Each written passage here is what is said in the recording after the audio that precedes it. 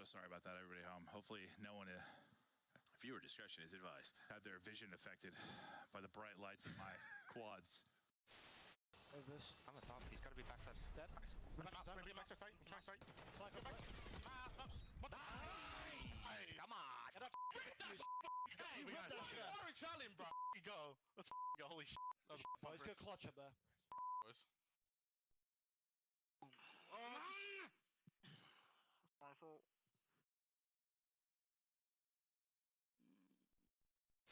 Three. He's top three. Who are you looking for? Oh my god. It's one. It's good. No, you're good. You're good. Just run him. Just run on the way out.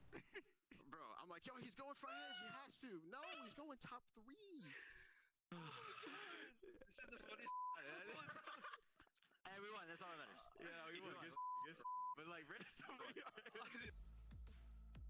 The time for jokes is over. The time for Game 5 is now. To Scar we go to decide this one between the Paris Genomates and Toronto. Koi, chance to devious players. We will talk about in a moment, but in the meantime, how are you feeling about this game, brother? What tickles you? Which way are you dressing? Well, this is a very tough call. It's a Scar. It's a map that is, like, so far in the CDL, mostly been played in a one-dimensional capacity. It is a map that Toronto, it's their backup S&D map. They've played it twice. There has never been a B bomb plant. They've never planted it over there. It's never been planted against them over on the B side of the map. So I think it's a situation now, as we're a week away from the major, which one of these teams has evolved their Scar S&D gameplay and can bring that sort of like extra little oomph to the table. Because if you're just praying for the first bloods, maybe for Genomates, that'll be good, because Sib was on point on map number 2, but now we're doing that thing where we're hoping things work out. Yeah, the map number 2 was pretty good for the Genomates. Statistically, very, very dominant there. Of course, Sib, we saw him sniping very, very well. And Neptune, I mean, he was pretty much over that. 0.23, it's 2.3 and a 3.0 respectively there in the second map. Both of these boys bringing their A game. This is going to be a very tough match for Koi. Let's see if they do have those little special tricks, because yeah, this is a one bomb site map, the way it plays currently. We'll see if anything can change. It's a one bomb site map for the majority of the league. The teams that have evolved and started to work some of those B hits in have done so to great success. Of course, though, round 1, no trophies. And you can already see how badly Paris don't want that B hit to roll through. They just tripled up there on the defensive end. But with the A side open, if you don't have a trophy, you're always scared to plant. Unless your name is Joe Deceives. Because Joe believes that no one will throw anything over the top to hit him, and they haven't. That's his smoke. And he's gone. And so is Insight. And that's the other side of the map now getting bust wide open, but they haven't accounted for Real, who is behind enemy lines right now. Oh, he finds number 1. He cannot find the second. But here comes the attack from the mates. They're committing to this. Down a man again, 2v2. And they've been pushed away from the bomb site. Kleenex now. He and Real on the re-attack. Oh, they're good. Oh, they're good. It's a 1v1. Oh, Real, where you going? I thought he was under the map for a second. That looked crazy through Codcaster. But either way, as long as he's alive, no Sib towards mid. Yeah, Sib wouldn't even had the time unless he just like instantly. Oh, whoops, I am muted. What the fuck? Whoops, my bad. Yeah, my bad. Almost for that exact push rolling through. L production. L production. Get an attacking round, and Real's the man that gets the credit. Yeah, I mean, when Merc doesn't play good, they just lose. On map number 3 it's as simple as that. But we're gonna break down that whole series after like this game's over. I got a lot to say. Got a lot to say. I was taking a lot of mental notes. We now swap sides. You're gonna see how bad it really was, and you're gonna see how good, like, honestly, like, the Ravens played as well. Like, the Ravens played that shit phenomenally. But OpTic keep trying to like force Scar in, bro. Just like let the map go. Play exposure, dude. You're way better exposure to play. Who's hungry? Who wants it? Over the top. Play any other map. We go Nep. He's dancing. He has some help now down low. OpTic handpicked Scar, Overload, and S&D.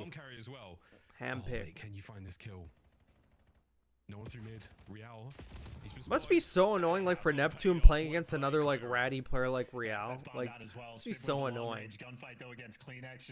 It's so hard to be, like, a flanker and, like, a fucking annoying player, and there's another annoying... There's other more annoying player on the other team. Bomb is down, and now it's the 2 AR players trying to make some magic. Yeah, no magic to be found Ghosty pinned, trapped. He was trying to wind up for something there, trying to base something out, but it wasn't going to happen. Koi, back to I at you in rounds Discord here in one game day 5. when that was starting his downward spiral, and it hasn't changed since. It's almost like we're expecting to be hit style the way that both teams. Everyone's like, "Oh my god, well they're 0-18 before. It's all good." Like, oh my god, the reason man. the B hits are so uncommon so far in the league is because if there's defensive pressure over there, pushing through plane is already a nightmare, let alone the fact that they have to go into the green heady as well. So it's not fun or easy to do. The sort of like finesse aspect of it is evaluating when the teams are not going to have that defensive pressure, which early on, both teams are making sure they're on point. Yeah, no one's letting anything happen there. Insight. Yeah, he could potentially put this away. He screwed it up. No, missed he screwed it up. He screwed it up. He's keeping it out for the rest of the round. Backs on up. A lot more presence there towards the A-bomb site. A whole lot happening here towards OpTic fanboys can't handle like the truth. I'm gonna be tweeting. Nah, I'm actually about to add JP and Shotzi and everyone. Stop picking Scar. Well, if there's ever a pinch that rolls through, Neptune will be instantaneous on the timing. Or they just want to play square up. I mean, it's a 4v2 right now around this A side. Yeah, Insight managed to get the sniper over towards mid, but the player's already crossed over, so danger zone right now. Real, though, plays the guarantee. First blood. Immediate trades now from Neptune on the other side of the map. Oh, Nep finds another. So Joe and Kleenex gone. It's down to Real and Insight. Yeah, moment of discordance there, and yeah, Real gets zapped as well. Toronto. Nah, I'm actually about to like tweet OpTic, and everyone's actually gonna hate me. A little bit too aggressive there with the bomb. Maybe a moment he should have wrapped out, but either way, great play calls on the defensive end coming in through Neptune. I mean, he had great positioning inside a store, but wrapped back to keep the front side pressure there around that bomb site, bullied the players out, and executed. I think Paris Gentlemen, both of their defensive rounds have had that finesse game aspect to it. Seems like Gentlemen has cooled off. They look really mid. Now. I mean, I'm not trying to call him out, but like Dante and Hardpoint round count go up. Just looks so weird. Nep on a 3. This looks so weird. We'll go through it after. He was so and an S&D's lead us a sniping merchant. He takes a big nade. All the guns are up, all the eyes forward right now for Toronto. We'll see who takes the advantage. And I love this as well. Trying to win an offensive round on this map can be a little bit tricky. Give Sib time to work. I wish like teams would play this map a lot fucking quicker, dude. Get weird. Like I hate like the slow shit on this map all the time. Opportunity was there. And Sib has got himself into a premium position. I'd much rather see like Utopia than this, even though like Utopia for S&D's like not good. The snipe should be enough to take like the bombs are so close, but I mean it'd be anything different. Real, though, what a pick from Neptune over halfway towards the Hellstorm. Yeah, I mean you called it out for Neptune on the like good statue side of the map on Colossus. He just masters different sections of the map, and Store has been his. Able to get the bomb down. Good snipe. Doesn't get out with his life, though. Why did Neptune reach out that heady? The second man, but now on both from the flank. Fast hope here. Joe Deceives got to go absolutely insane. And we're Ghosty watching the flank so diligently. This should be a clean setup. All bases are covered now. Joe, you have to win 3 perfect 1v1s. Yeah, it's already over because now he's taking too long. 2 on point. Sib's gonna whiff, but even if Joe Deceives is aware he's gonna get shot in the back, doesn't stop the. As much as all I hate to see it, I could see who getting dropped again. He's been legit Ash, just as bad as Shotzi. We know Shotzi isn't going anywhere. Yeah, I mean, I did it, or I mean, I said it in like my in my Borito Talk episode where I was talking about like stocks to buy and sell, and I sold my Hook stock because I knew he was the only player on OpTic that was actually replaceable. And it's like he has the lowest hill time in the league. Like him and AG are going ban for lowest OBJ per 10 in the league in Hardpoint. And if you're lowest OBJ per 10 in the league, you better be dropping on 1.1, like minimum. And he doesn't even have like an 0.9, I don't think, or I think it's like an 0.95 now. I don't even know what it is, but it's below a 1. And look at the adjustment from Paris. In Black Ops 6, he was like a 1.15, and he had like low ass fucking OBJ per 10. if you're not hopping on the hill, you better be getting kills. That's my saying. He's not doing it. Power position he's in right now. You can technically make it over towards the bomb. The jump shots are still good. And there's going to be the plant. Can anyone get away with their lives? Trophy's working. Wow, he went for it. Couple of blind shots there. Nothing connects just yet. It's so funny because there's so many rounds like you don't even have to snipe, but I think everyone just likes to snipe because it's aura farming. Coverage over the top. You've still got snipers at play and a man down. Sib now getting involved over the top in this 2v2. Have they sniffed him out? Sib last man. It's a 1v1. Well, you better pick up that AR. Less than 20 to go.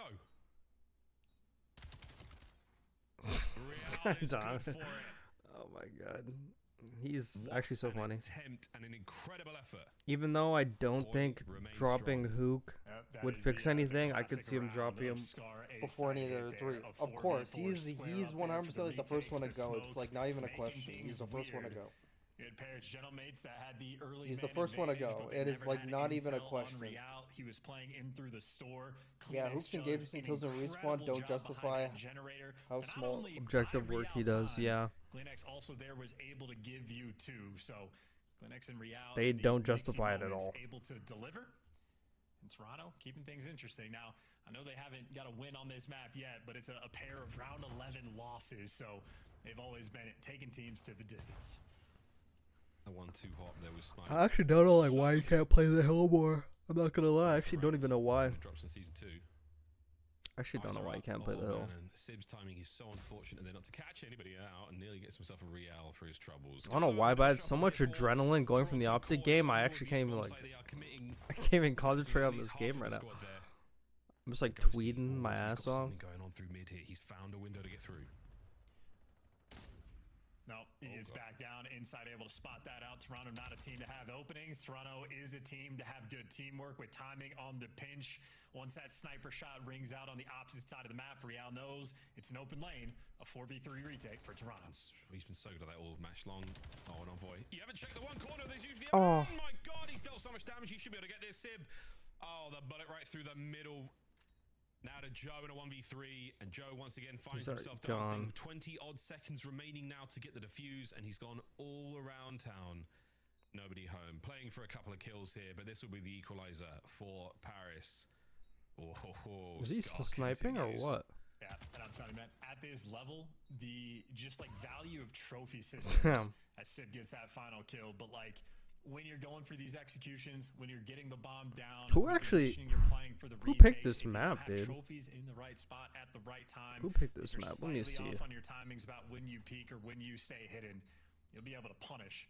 That is nice. 3v4 hold there coming through from Paris. Koi picked this map. I'm not surprised. You're not wrong about the trophy placement. That is going to be. Fuck pick Colossus probably because like fucking Dante just snipes on that map. The difference between the win or the loss.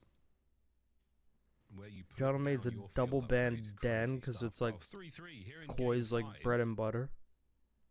I can understand that. Attacking round now for Toronto. Joe's hand's been pretty hot. Real has been the route man. A-bomb's getting a bit of love, and now an exchange of gunfire towards B. Real going in for the kill. Catches out Envoy in the middle of absolutely nowhere. What a start. Well, nice first blood. Still have to execute. A 3v4 was clutched up the previous round, but now it's smoked. Number 7 Sam. He's about to get the worst timing. Oh no, never mind. He actually didn't get the worst timing. Lets him through.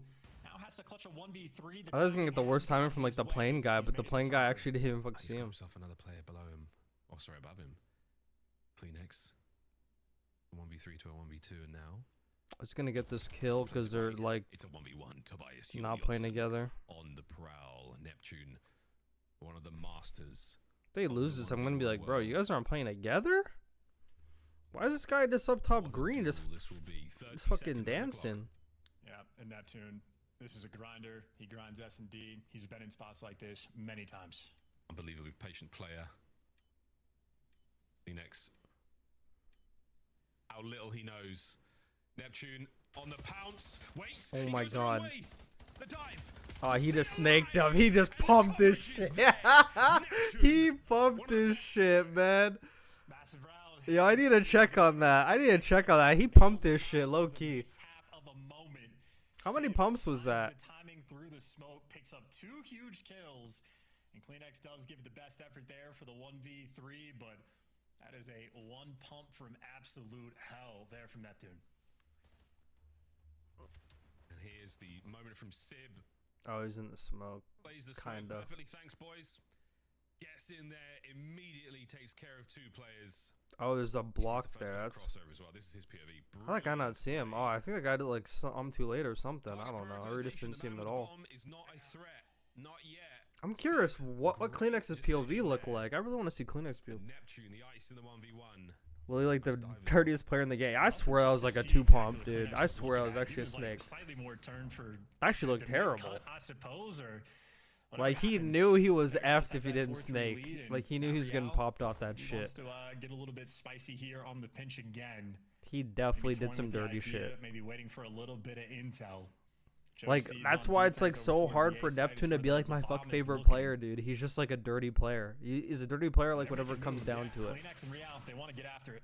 Real's been pretty consistent for the kills here in this game, so certainly playing it happily. Quick bomb plant here from Monvive towards the A-bomb site.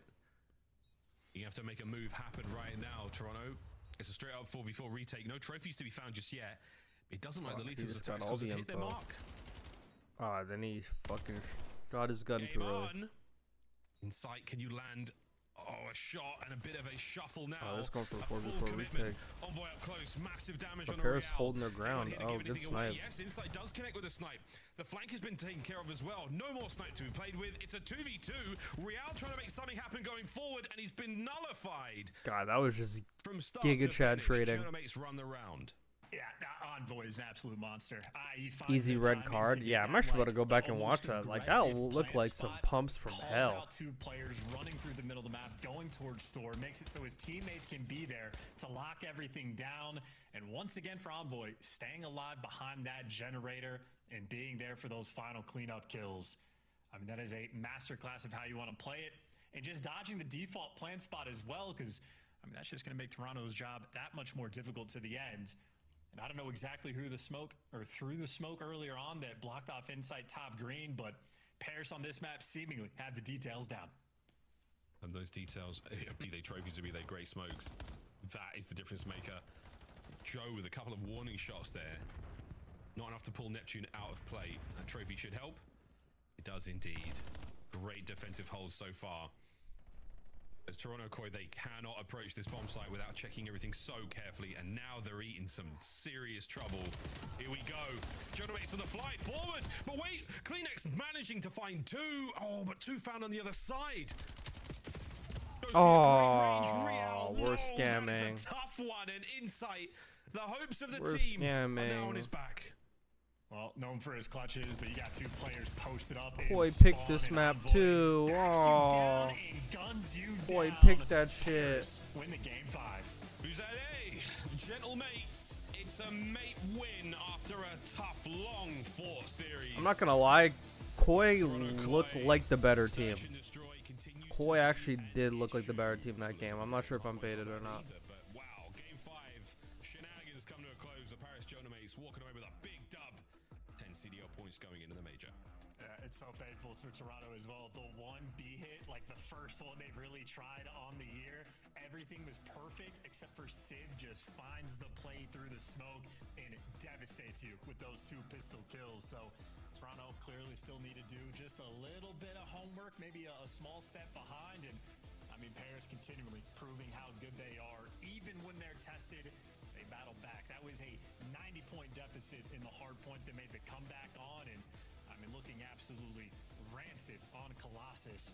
When players go slow, they bounce back. Neptune has a fantastic game. 3 first bloods, double-digit kills. Envoy making monstrous plays as well.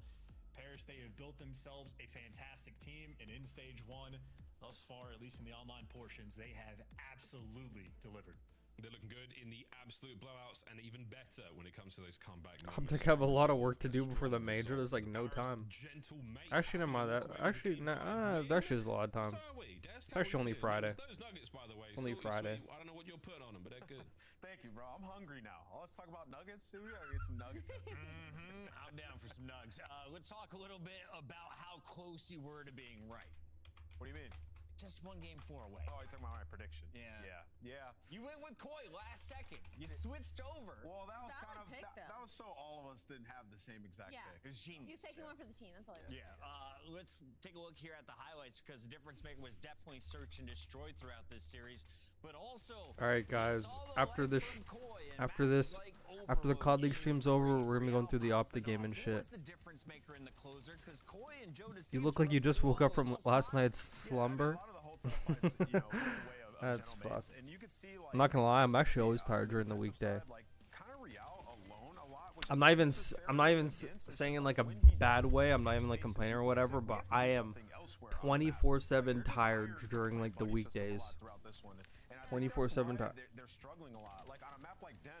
I sleep like 4, maybe 5 hours, and then I go to work depending on the day, either gym or I'm recording, or I'm like doing like something like behind the scenes, something.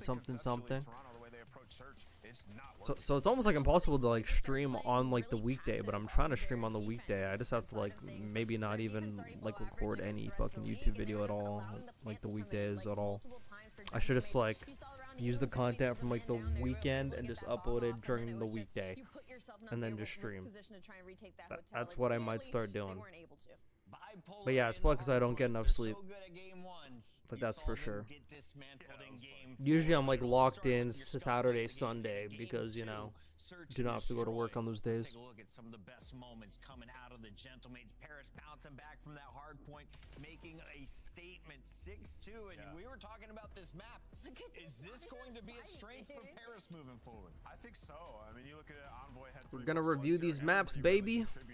On the side of the Gentlemates, and you know, they just were comfortable here, controlling bottom green. I'm not gonna watch the flank because I'm probably just gonna watch it later as I play like the zombies. I've been like doing that a lot lately. I don't really wanna sit here and like watch the flank like for 2 hours. I try to just like could do my analysis type shit. How do we want to deal with this at that point? I mean, you're down 3-4-1. It's GG, right? So Gentlemates, this is probably the most impressive Gentlemate win so far, in my opinion. I was hoping this is a matchup we see on a Sunday. I don't care if it's for top 3 or for a grand final, but I think both of these teams are very even when they match up. I'm not gonna lie though, like the maps that Paris and Koi played were just complete burger maps. I'm actually like pretty disappointed, and like I'm pretty disappointed in the map set. I'm not gonna lie. A double Colossus, a double Scar. It's really just AIDS. Double Colossus, a fuck double Scar. I just actually don't even like that. I wanted some exposures and some dens. Obviously, we got like the Overload den. I was happy about that.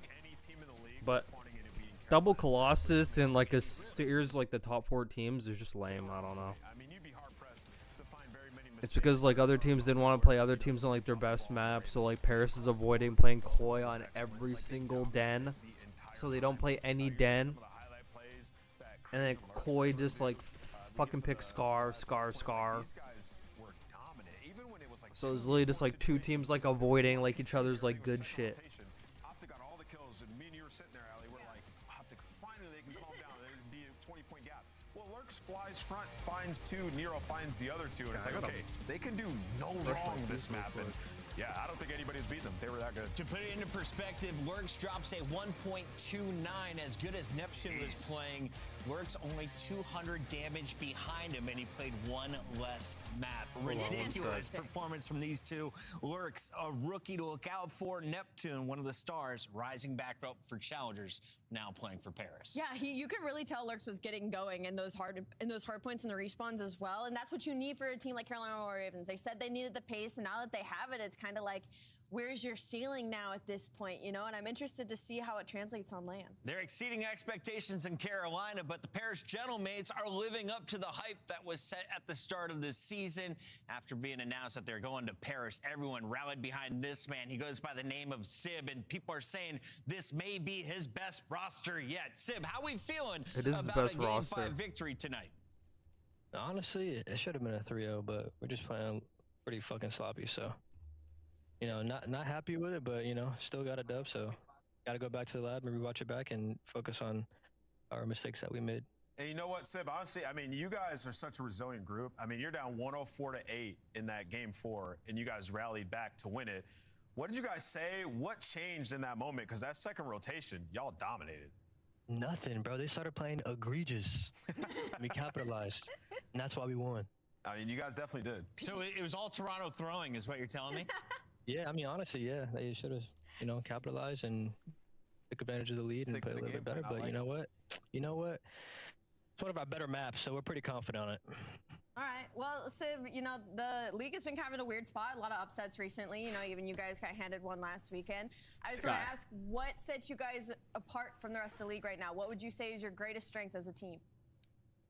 Definitely our respawn, for sure. I think we've been cleaning up our S&D a lot, and I think it's been shown. So I think if we just keep cleaning our S&D up and iron out our stuff in Overload, because I think the Overload compared to scrims and matches, they play completely different as far as the pacing wise. So, and I feel like it's different for every team. So it's just kind of like getting used to the mode and used to how other teams play. So I think that's like the main thing. People slowing down in matches? Yeah, I mean, especially in Overload. I think the pacing is always going to be like a difference between matches and scrims, but I think especially in Overload, you notice a difference a lot. So absolutely. Sib, after tonight's win and OpTic's loss, can you guess your current seed heading into Texas? Man, that shit gotta be number 1, right? It's gotta be number 1. Let's take a look at the official standings as we say goodbye to Sib. The Gentlemates walking away with a victory tonight, and that will jump them up to first place. They're tied with Riyadh and FaZe. You'll see the Royal Ravens also now reaching 40 points as all squads have an opportunity to score a 5th win. Yeah. Allie, who you got most confidence in on that list? I mean, I mean, Gentlemates, of course, or maybe FaZe play Surge, so I would assume they win that. I would hope they win that.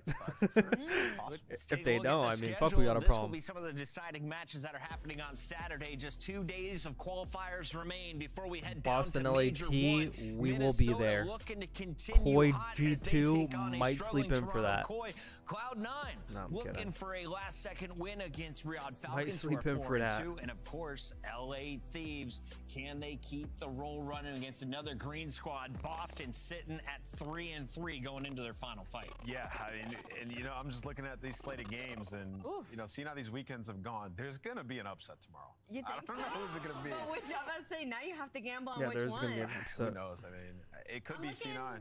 Oh, yeah, it might be C9. As we close out tonight, we're getting ready for a winter storm. Make sure you guys stock up on groceries, everybody. Plug in your Ethernet. Make sure you're not relying on Wi-Fi to stay alive. We'll see you all Saturday, 2:45 Eastern. What are they called? The Super Vortex? Super Vortex, Polar Storm. Yeah.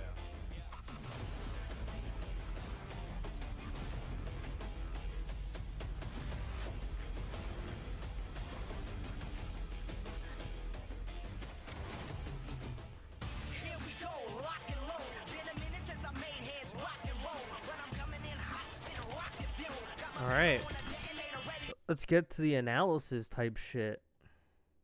Yeah, I got a lot to say about this OpTic shit, not gonna lie. I got a lot to say.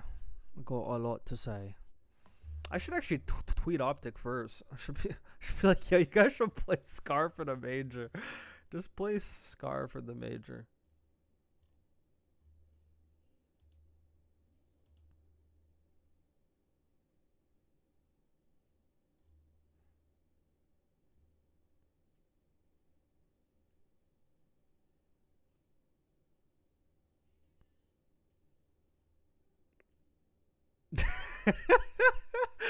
Yo, what did I just see, man? That's not cool. That's not cool. What did I just see? I actually just fucking saw some shit. That's hilarious. Alright, I'm pretty sure this OpTic VOD's probably up because I know Call of Duty League's pretty quick with it. Oh, look how quick they are, bro. It's like right there already. Wow. Absolutely phenomenal out of them. Absolutely phenomenal. That Paris HP takeover was Sicily. OpTic, Lost Op Den. Yeah, we're gonna go through the OpTic one, and then for like the Paris one, probably just gonna go through like map 4 and map 3, map 4, and then yeah. But I got a lot to say about this OpTic shit. So let me do like a quick brushing of like the teeth real quick, just very quick.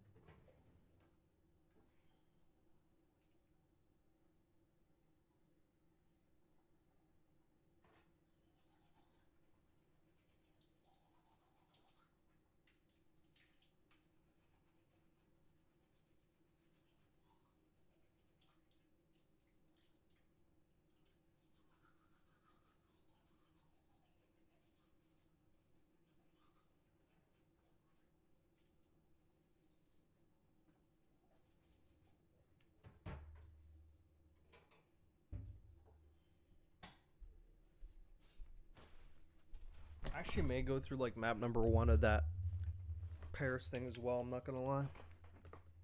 Oh my god. Hold on.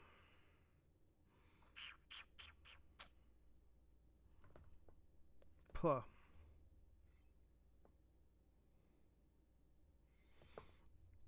I have motherfuckers on like Facebook Marketplace like literally stopping by my house like all fucking day today, so there will be some small intermissions in between. OpTic got smacked in that Scar Overload. Like, you gotta see it. Oh, trust me, I already saw it. I'm just, like, going through it again. But, yeah, okay. I'm gonna show you guys everything that they did wrong, but first we're gonna go through the S&D first. Who cares about Colossus? That shit ought to be out.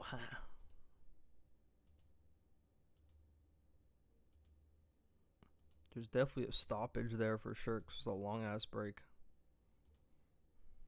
Hesitations and pauses look like they are about to be resolved, and yes, we're jumping on in. Scar, Search, and Destroy for map number 2. It's going to be OpTic on the opening attack, and we will be trying to see freaking Lurks POV dope me up. Bro, Carolina adjusted so well. This map, it's like crazy. I mean, it's not crazy, but it's just like great out of them. Yeah, and they gained all that information that the Ravens are going to He adjusted so well. So you could try to take more space away at A, but Ravens are already in the position here to contest it. In your opinion, how much? Man advantage. No need to force a one-on-one. Still work the clock over towards that. How much of a problem is Dashy? Ooh, that's interesting. That's an interesting point. He has snuck back over to the mid-crash site. I think he's an underlying problem, but like I don't think he's like the main problem, if that makes sense. Like he like does like some, he does some things that maybe he should not, but he's not like he's not like the losing condition, if that makes sense. Like actually, sometimes actually could be, honestly. I think it's way more like the SMGs. I think Dashy plays good depending how his SMGs are. Depending how his SMGs are playing. It's not like the old Brandon that was like just a straight kill whore and didn't really need anyone, was just like kill whoring on his own. It's not that Brandon anymore. It's the Brandon who actually like learned teamwork and is more dependent on how his like team operates. And then like you'll see like a completely different version of him. I almost feel like he's like a. It feels like Dashy's almost like a vibes type guy. Like if the vibes of the whole team are off, like he's off too. Like he's like never going to be like the uplifting person that like rises everyone. Like if the whole vibe is chalk, like he's chalked. If like the vibe's good, he's good. And then just taking your time in a 3v3. almost fucking feel like he like feeds off the energy of everyone else. Off that kill, you know, no one is at this B site. Let's get it down. Play our post plant. Easy round there for OpTic on a slow and like those comms were not good. Those comms were not good, and like he was not good. If that makes sense. Yeah, but he actually does have to step it up, though. I mean, I said this about Dashy before, but I remember like hearing his around like the bar podcast with Hitch, and I remember there's like a part of the podcast where he said, I hate that people are like saying I'm like complacent and I'm like taking it easy. Like, I really want to win. Like, I'm trying my hardest all the time. I'm like, it doesn't really feel like that. Like, I really wanted to believe him because obviously if a person like says something, you really want to believe it. But I just didn't believe him when he was like, I really there's no doubt he's actually working hard, but I feel like sometimes he's like a little bit too chill, if that makes sense. I just feel like he's like chill. I'm not sure if that's just me, but I swear it actually feels like that. Oh, fucking worst comes of the year, no doubt. Yeah, so far. Okay, I want to highlight this real quick. I wanted OpTic to do more of this. Okay, I wanted OpTic to do more of this. So I wanted OpTic to get more aggressive on this map. OpTic sucks at this map, okay? OpTic sucks at this map. And I feel like they suck at it even more. I swear they suck at, like, the slow rounds when nothing's going on and it's either, like, retakes or playing for picks. I don't think that suits, like, their style when it comes to just this map. I think they need to play every round, dictating the pace, making the other team do stuff. And they were doing a good job of it before. They even did it, like, the first round. But, like, this was, like, another round. This was like kind of like off for me, but like it had nothing to do with like pacing. I thought they played it well with like 6 and 7 wrapping around the spawn. Like, look how fast they're going. They cleared everything. I just had question marks here. You have 8 and 5 blocking the front side. You have 7 and 6 on the back side. Why is Merc running from the backside to go retake back from the side where the rest of his team is? It completely puts your flank that you just did wrapping all the way around P3. It just makes it completely useless in my eyes. Like, you wrapped all the way around just to go back where you could have been if you just stayed there the whole round. Makes no sense. Why not just commit to a 2-2 pinch? Like 6 and 7 play trades on this side, 5 and 8 play trades on this side. Why now put Shotzi by himself? And I think Shotzi gets one, but he gets traded. But imagine if Merc's right there. Merc now gets number 4. And then he could probably get number 2, because then number 2 has to turn. And then if number 2 turns, the guy with the bomb is now in a 2v1. Do you know what I mean? If he just like committed to that, if he just committed to the same side as Ant, like it actually could have worked. I don't know why like he wrapped back. Like, just commit to the side with them. Like, they actually could have like some great angles on this. Especially if he like goes like, I mean, goes from like the car, goes there, Shotzi's watching that. That's insta trades, and that takes 2 guys out, and these guys have a 2v2, and either 2 or 3 is either going to turn that way or that way, which leaves these guys in a 2v1. I'm just throwing fucking arrows around, but you guys get my point. So I was very confused why he did that, and he left Shotzi low on the pinch. Like, I've seen it happen before. But, like, I hate it when, like, people take a route and it's, like, and you get all the info and then you go back to where, like, you pretty much spawned, which makes, like, the whole route just, like, completely, like, useless. I don't know. And, like, that's kind of like what Merc did. Like, Merc could have traded out who killed Shotzi, and then he probably could have got the other guy, too. They probably would have won the round off of that.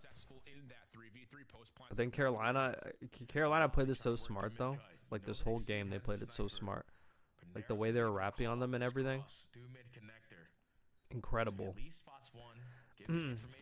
Is the mini-map enlarged? Yes, it is. Actually, it is now. I did not have it enlarged before. My bad. I probably should have enlarged it before. I knew that Merc bailing out OpTic and S&D wasn't sustainable, but I thought they'd last long enough to win their home major. Average noob, man. I already told you, man. I already told you. I'm moving hell and high water to make sure OpTic doesn't win that home major. You understand me. They're not going to win that home major. If they do, I'll actually eat my ass. I swear to God, I'll eat my own ass. I'll eat my own ass on stream, I swear. I will eat my own ass on stream if they win, I swear. If they win their home major... If they win their home major, I will not make an OpTic video for like a whole month. I swear. Okay, my bad. And also, I was confused about this. Dashi usually never takes the bomb. I think OpTic had some sort of like a woke plan that they're gonna initiate, like, because they just planted B last time. So if Hook and Shotzi go B, then the other team's gonna think that they're going B, and then Dashi could just play an island and not be seen and plant. But Dashi goes and gets seen, and then he just dies. Why not just take the bomb with like the rest of them? Like, this would have made a lot more sense if like Dashi was just hiding, just straight hiding. But what you didn't know is like all 4 people were all pushing him. Like, I don't know why you take the bomb by himself and walk right up the stairs that everybody pre-aims right off the start. It makes no sense. And like, OpTic could have won this round if they had the bomb on that side. Because look, 6 and 5 are over there, and Merc gets one in mid. Imagine if they have the bomb. Like, 5 has a free plant. 5 or 6, whoever would have taken it. Because usually Hook or Shotzi takes it. They could have had a free plant. And I was also questioning just how quick Shotzi was like pushing out the doorways, but I didn't really bat an eyelash at it, because he's just trying to get info from Merc, because Merc now has to go get the bomb by himself, and the last thing you want to do if you're OpTic is just like sit at B and not move, and then Merc has to clear out the whole map by himself. At least if you're clearing out that side of the map, then Merc could actually have some info to operate on. And as you can see, Shotzi hanging out the doorway. That's just hilarious. That looks hilarious. Just chilling, man. Nah, I should actually screenshot that.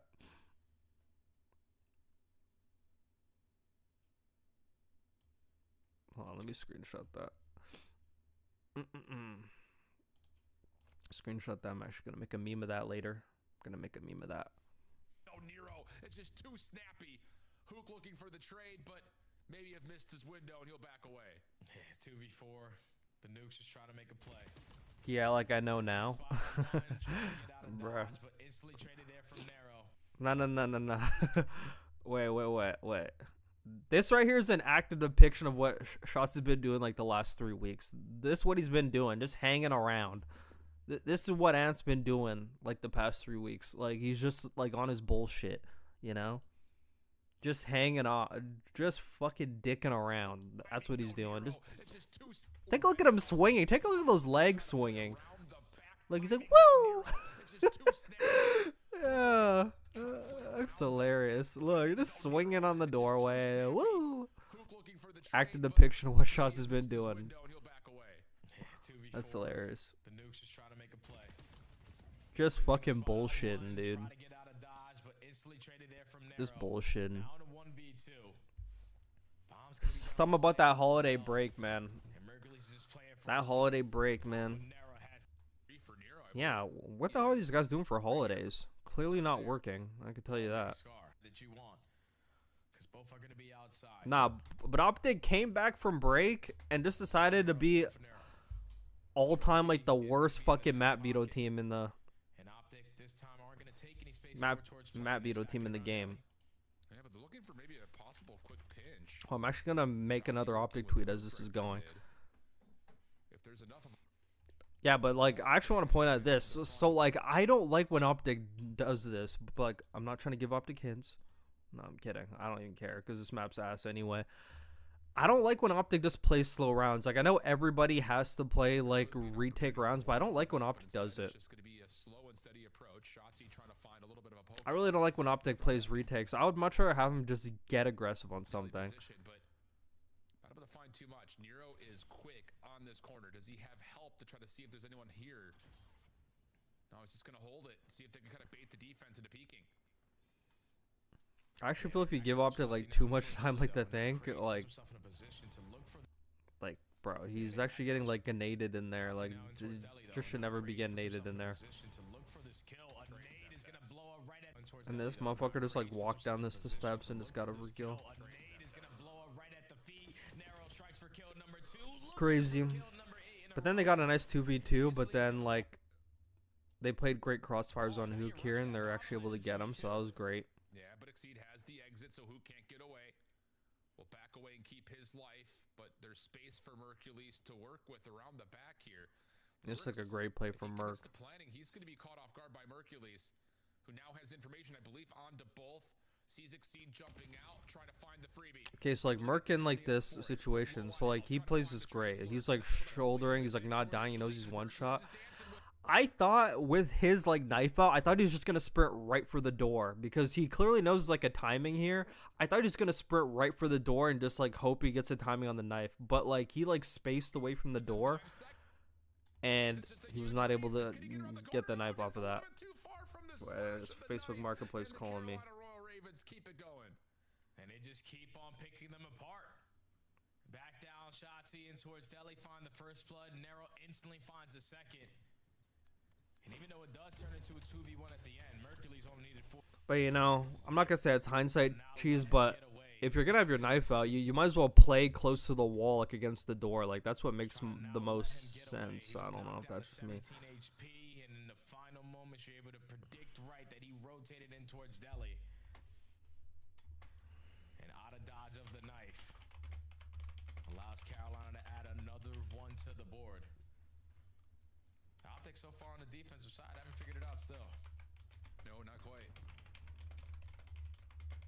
This time Carolina going to play aggressively through plane. Opening first blood for Craze. Looking for more. Has Mercules low, but there's enough help to at least keep the trade alive. Early 3v3. Dashy's moved quickly. Can delete this trophy if he sees fit to, but instead Dashy's moved quickly. But there's enough. Okay, oh, whoops. Okay, I'm actually like fucking napping. Okay. I'm actually napping because I was fucking tweeting. My bad. I was fucking tweeting. I got caught tweeting. Okay. This is a round I liked out of Carolina that I highlighted in a tweet that I made earlier. Oh my god. So like Carolina knows that OpTic has been like idling around like this B side. They've been playing B, you know, they've been doing that. So this round, Craze and Lurks are like, nah, we're running at this shit. So like Lurks goes right to the plane. He's on the heady watching over him. Craze takes the low route, sprints. They don't even like recognize he's even coming. Craze just went crackhead here and he just kept challing. he just kept challing. I thought Lurks was gonna actually like throw a nade over on this. Like I thought they were gonna like time it to where after he pushes, if there's a guy here, I'll just fuck throw a nade or whatever. But he may have used his nade already. But I thought that was a great play to counter OpTic pushing that side because now OpTic was kind of just like, eh. And then Carolina had no problem actually giving up A here because it's a 3v3. And like I think Dashy was like tweaking a bit too much there, but obviously we have the minimap and he doesn't, so he's probably thinking, oh my god, they're like chasing me. So he's like trying so hard to get out, and then he just actually ends up going down. And then Merc's actually got a good trade there. He actually got a great trade there. But he got traded. And Carolina trolled this. I mean, fucking Exceed. I don't know why he's just flying out. But it is what it is. That definitely should have been 4-1 there. Not going to lie. Definitely should have been 4-1. Pretty weak, but these shots are laser beams out of Hook. Yeah, you're not expecting that reach out if you are Exceed. So he catches you off guard with the re-peek, and then the second gunfight onto Lurks. Just first. You're not expecting the reach off your Exceed? How about just play angles with your teammate? But it didn't really matter because Carolina was going to win anyway. Look, notice how like number 2's like playing for him. Like they just know that they keep hitting it. They're like tweaking about, but they're playing slow. They have no problem playing slow because if you play slow on this map and OpTic's on fuck defense, they don't even know what to do. Carolina will pull back to their spawn and see if they can kind of pull out some of the OpTic utility. As yeah, they're already looking to try to look like Carolina's like not even doing anything, and then OpTic's like finally deciding to hit this shit. But I actually like that OpTic hit this shit though. Like that's what OpTic has to do a lot more of. All the hints are there, man. Like don't play slow rounds against these teams, bro. Like, OpTic's like the type of team where it's like, especially when they're playing like the lower half teams, and I'm still gonna put Carolina in the lower half. You know, they're playing good right now, but I'm not saying they're like a top 3 team. I mean, they're probably like top 3 right now just off of current form, but overall they're not a top 3 team. When OpTic's playing teams like this, the second OpTic like asserts their dominance, these teams have no idea what the fuck to do. Most of these teams like roll over whenever OpTic's actually like asserting their dominance. When these teams like see OpTic start tweaking, it's just like just bully these teams, bro.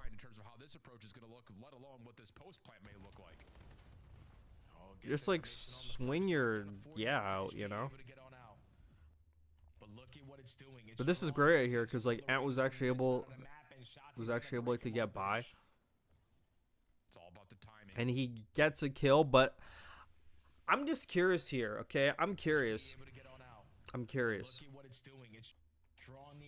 because like this is where I got like a hindsight question. I got a hindsight question of like maybe what's going through OpTic's head right here. So Shotzi's recognizing he has a free pinch. And a lot of times when like people are pinching and they see they have a free flank, they're always like, yo, everyone fucking stay alive. Like, literally make sure you don't die. Stay alive, stay alive, stay alive. But I'm wondering if OpTic's thinking, if we don't show anything at A and they just see silence, they might just be able to read the pinch, which is probably going to make Shotzi's job a lot harder. So maybe OpTic's thinking we just need to like show ourselves at A, and that will give Shotzi more freedom to actually hit a flank and not have as much or any attention on him. But then they end up like dying as he's flanking, so it kind of makes it look like, man, why couldn't you just stay up, you know? So it's like you know, like if like Dashy doesn't slide back in Child there, like he was around the corner and then he like slid back in Child. They would have had a 4v3 now, and now these guys all would have turned around. Fuck, Dashy would have been alive still.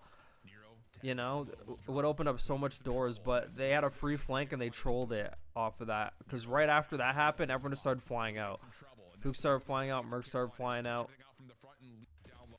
Honestly, even like Shotzi, so like after Shotzi gets his kill, like he just hops right in the window and fucking dies.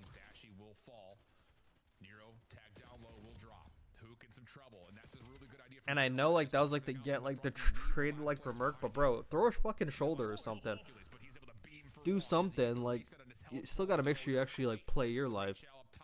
But that was an interesting round. And I think Carolina take the last 2 rounds here. OpTic's defense could have just essentially set up a square to put a pressure early through mid. Shotzi's looking for time. Oh yeah, this is where like Shotzi gets caught out, because I think Shotzi actually goes back. I think he goes back to yellow, no? Yeah, look, he does, and they just know how he plays too. Bro, he was like standing right beside him. He's like, oh shit. Bro, like how fucking trolly is that? They're just like staring at each other, like, oh my god, and then he just like tries to fucking run away, and then it's like too late. They're just like fucking bopping him through the wall.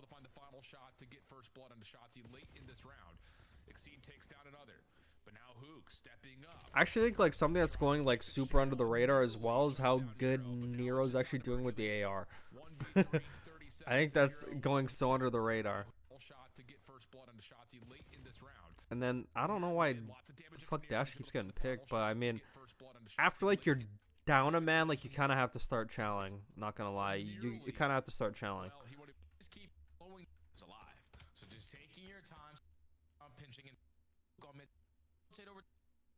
Chance.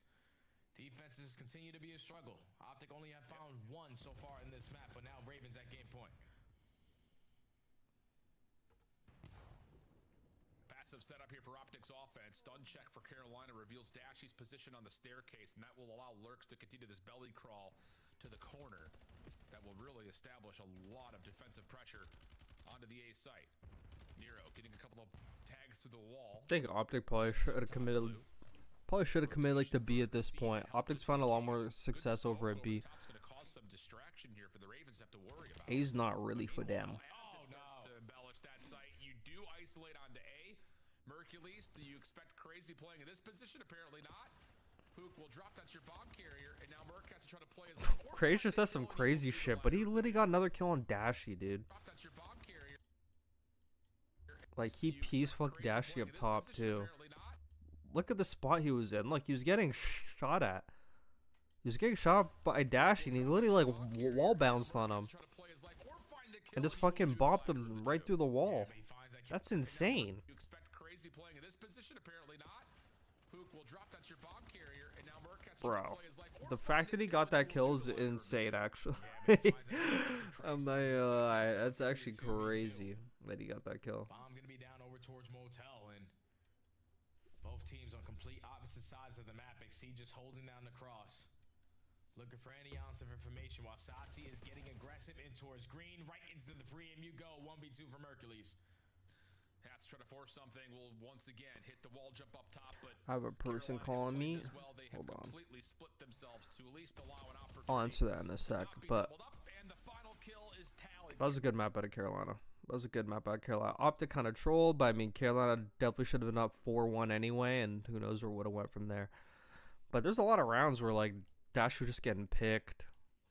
OpTic definitely should have played more aggressive on a lot more rounds, for sure. Your Arcades, you just run Now for OpTic. Now this map, I'm super excited. I'm super excited to actually like go through this map because I'm super excited. Okay, I'm super excited because there's a play in here that I think went under the radar. Okay, there's a play in this map that I think went under the radar, and it was like the catalyst to all this bullshit all starting. Okay, but it happened like I think 2 minutes into the round. I think I have like 2 minutes in the round. Like I'll be able to call it like whenever it happens, but that's where like the downfall of OpTic started. That's where like the chain started. And honestly, actually might have been right here. Hold on. Yeah, it's actually like pretty early. Okay, it's actually pretty early. Like so, Hook right now, like he's in the back spawn. Yeah, he's in the back spawn. He's in the back spawn. He's like doing pretty good. He gets his kill and Exceed.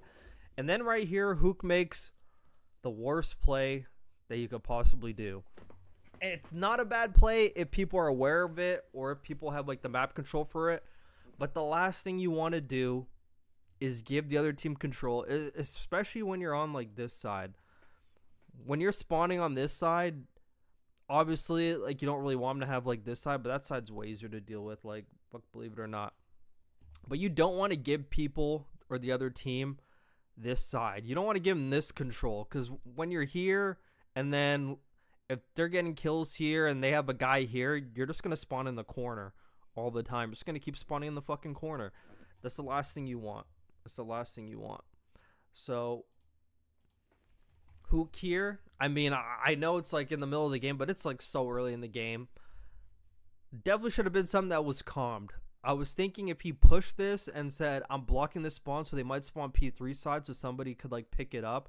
This is definitely something you should be doing. Like if you're going to go here, make sure somebody knows because you're going to see nobody knew. So he now blocks this back spawn, which is the side you want him to get. I thought he was just going to like roam around in here. If he just roams around in here and just keeps him spawning there and he's just like getting kills, making them look, he's delaying their whole push and he's giving time for his team to actually like advance up the map with minimal pressure from the other team because the other team's going to be trying to get him out. So he just needs to like play around this area, play for kills around this area, play for exits like here, play for exits here and there, or play for your push on the stairs. You don't really have to do anything. He starts walking to the back spawn and he now blocks the spawn that you want them to have. And this is what initiates the whole downfall from the beginning. Because now he blocks this spawn. And now number one. This is all where number one spawns. So now number one spawns here. And you could tell there was no heads up. Because number 7, who's like the smartest player on the team, like the best player on the team, does not even pick this up. Does not even pick this up. Nobody picks it up, actually. That all of OpTic's all looking over here. He just blocked the back spawn for like a good 5 seconds. No, like he blocked it for like 1, 2, and he has a kill in the kill feed too. So it's not like he can't like read that. He has a kill in the kill feed, hasn't spawned up yet. You're blocking the spawn for him. He actually just killed them right here too. So like you just killed him, and then you blocked the spawn where he was going to spawn. And I know OpTic no spawns. So you block the spawn, so you know he's going to get a far spawn. If you're blocking that spawn, he's going to get the other spawn. And nobody on OpTic picks it up, and this is where it all starts. Because like, take a look at what Exceed's able to do, and this is what opens up like the round for Carolina to do shit. Like now he's in the back, he's going to get this kill top broken, and that's what opens up everything. Even though like he goes back connector, but like that kill was big. Literally got the guy out of the top house, and now they're able to just advance. And look at OpTic playing so far back, they're not even fucking pushing in there no more, and now he's able to go back. They just have full fucking control. He flanks 2, he just flies out the window and literally gets 2. And that's what started the whole thing. And now OpTic has no control of broken, and Carolina holds broken, and they know OpTic's all going to spawn in the corner. They're playing exits out of the tiny hole OpTic has to come out of, and they just like pick up the overload and they just fucking run it again, because now they're now blocking and spawning OpTic on the other side. Free 2 points. All from just spawning like one guy like across the map on a free pinch that nobody picked up. And then like that's where that started. And then I'm gonna actually like fast forward like the third cap actually. Wait, was this one the third one? No, it wasn't. Okay. Because there's like a funny one for the third one. What did I just write for the third one?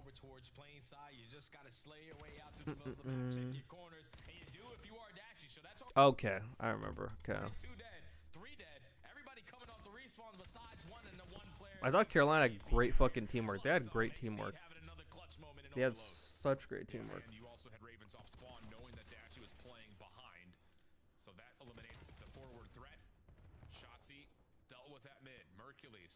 Alright, so right here I thought, okay, this is not the one where they get it. I forgot that was like the great read from Exceed. That was a great read. Easy read, but like a great read. This is where Exceed had like the audacity that he was actually gonna get the cap, and he just ran it. I think Craze actually came after and tried to get it and run it too, and they actually get him too.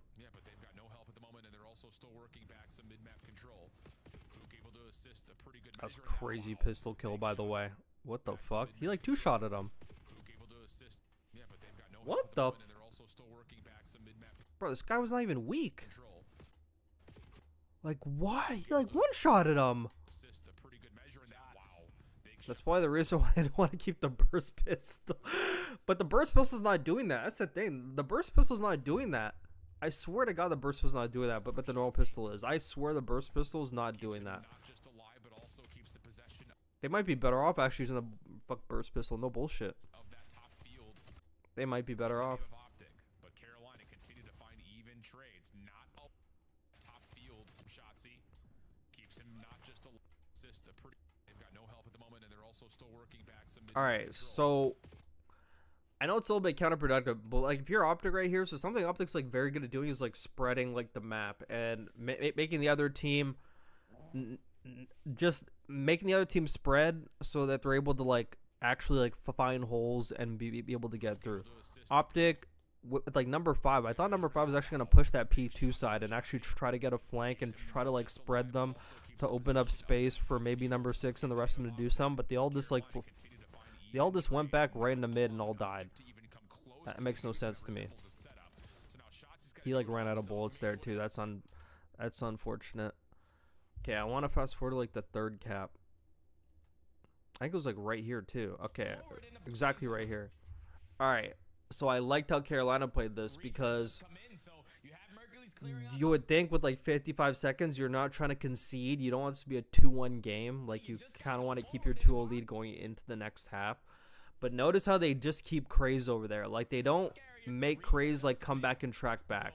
They make Craze just stay here. Like Craze doesn't even like pass by mid. He's like, I'm not even gonna like push up mid just in case anyone's watching the cross. It's just 3 guys all going back, and they left like the 4th guy. They just said we're gonna handle this on our own, and this is what opens up like the third cap, because now you already have a guy pushed out. You already have a guy pushed out, and now every kill that you get, he already has enough map control to be able to just already influence the guys that are off spawn and be able to get the kills. So he actually gets that flank kill, and he's already so far up ahead. Now he just pops them all in the back. Now they're able to get that cap. I can't even talk right now. I'm like ill. Actually, no, I'm not ill. I'm not ill. That's what opened up the third cap. And then, like, the fucking fourth cap's hilarious, actually. I think the fourth cap's hilarious. It's either the fourth cap or the fifth cap. No, it's actually, like, the fifth cap. Oh, my God. Okay, so I thought this breakoff from OpTic was hilarious. Okay, this breakoff from OpTic was fucking hilarious. What kind of breakoff is this? What kind of strat is this? Obviously, it's, like, their fucking best player, but it just felt like they're just sending their best player to just go do some shit. Okay, they're just sending their best player to go do some shit. Merc pushing mid all by himself right now. All by himself with no help. All by himself. I know Hook's like going up the stairs to go help him, but bro, he's already in the middle of the map all by himself. And he just fucking dies for free. That just like, it really just makes no sense. Why a person could just go fucking barb and just fucking just watch over him very easy to get a trade or whatever. And this is pretty much what influences like the fourth cap, is just them being able to like get control of the ball, and you're gonna see like what they do with it. You see what they do with it. Lane number one's playing very patient on the plane. His whole team just squad spawns on him, which is great. His whole team just squad spawned on him. You know how insane that is? And crazily pull out AR, and OpTic just like pushed aside and they just all fucking died. That was honestly it. It doesn't even matter what number 8 does. It really doesn't even matter. They literally got the kills in the front. They just pushed. And then, like, the fucking fifth cap, bro. The fifth cap. Oh my god. Wait, that happened right here? Oh my god. Okay, yeah, it was right here. Okay. Wow, it happened so quick, bro. They got chained, like, back to back to back so fast. Okay, so like Lurks, where's Lurks? He's number 4. I could tell they just weren't communicating anymore because look, so like Lurks gets this kill on number 7. Like he's like on the roof right now. He's on the roof in their spawn. He gets number 7. I could tell Merc just was not talking anymore. This guy's like 9 and 17 right now. He's not calming. He gets a kill in their spawn. Like in their spawn, number 5 doesn't even turn around. I don't even care what number 5 is doing over there. Merc didn't even say, he's in our spawn behind you, turn around, turn around. They definitely said something like that, he's turning around. In their spawn for like a while, no reaction. And then he's able to get the other one. That's pretty much what opens up like this cap as well. And let's take a look at this fucking listen. Let's take a look at this listen. Let's hear what OpTic's talking about. He's right. What about that? He's going for bar now. Done. We gotta wrap these guys in ours. We just ate the left. Okay. Guys on me on the left. Yeah, on the left, Lurks. Punch up. One more punch up. Punch up. Yo, Lurks is top wood steps. Top wood steps. He's going top dark. Top dark. Top end and somewhere. Top end. Another one top, I think. Ollie getting pinched. Top exceed. He's super top. Top. Two. Nice. Another one top. Another one top. 3-5 me. He's still low. He's top. Nice. Ball. I'm gonna go left here. He's back. Witchers on me. Witchers, they're shot. In shop. Top wood. Top wood, Reek. I need help. I'm trying to help it. Got me, I'm a bullet. Dude, low as well. Low and top. Top weak. We're done. Low exceed. There's 2 on me. Exceeds a bullet. And one guy's just pushing through. One's RCP1 as well. Dude, Sat's weak. RCP1 got a ball. Another one ball. Ball in our Sat somewhere. One could be our one wall. He's bottom blue. Keeping Sat. Bottom blue. Done. Yeah. He's dropping exceed. He's on A search. Pushing up on the right. Top wood and first ball. Not good. Top wood, Reek. I need help. Nice. Another one top. 3-5 me. He's still low. He's top. Nice. Okay, so I think the most annoying part about like these comms, okay? The most annoying part. So OpTic, obviously Hook and Shotzi, and even fuck Dash at this point, they're all fucking vets. They're all vets, okay? They're all vets. And I know whenever they're playing really good, that's when the comms are the best, but it's like they are veteran players. Merc should not have to be like, Merc's the only person who's actually, hey guys, maybe we should do this. Like, you hear him say it, even though in his very monotone voice, but he's like, hey, like, we should wrap this way or do something like that. Why are 3 veteran players just not? So I know the game, it's not even mathematically over too. Like, they could still come back. Like, there's a world where you could chain and come back. I'm just curious as to why 3 veteran players can't even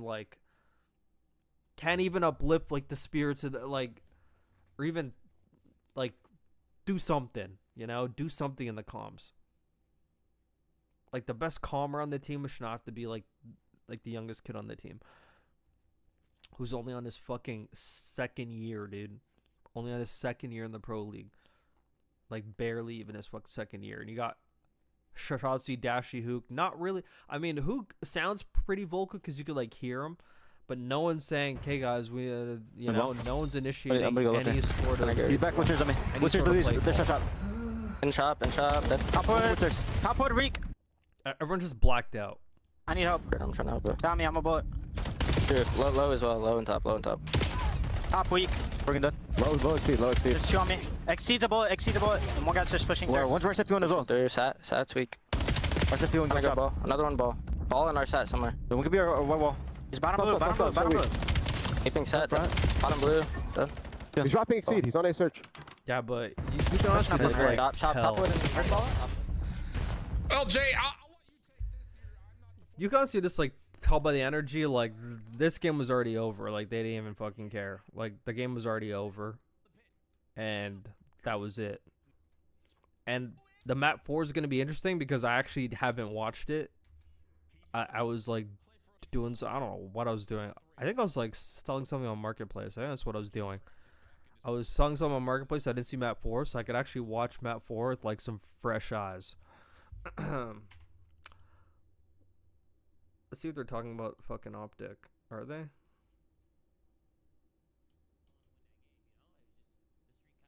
Actually, I have my mix up. Oh, they're like so far. Yeah, I'll watch that later. All right, let's go to the map 4. Look at Dashy's face. God, let me do another Giazzo real quick. Do another Giazzo.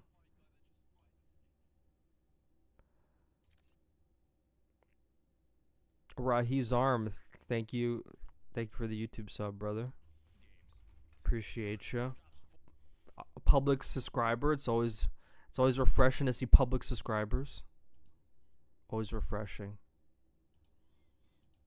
There's fucking Brandon right there trying to manifest this win.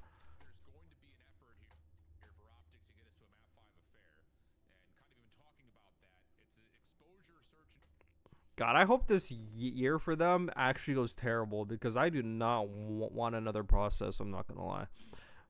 Like, I actually just want it to be the most like depressing process ever. I swear. Like, I actually might be on hate watch. I swear, actually might be on hate watch. Hope OpTic buys out Lurks and Craze. What?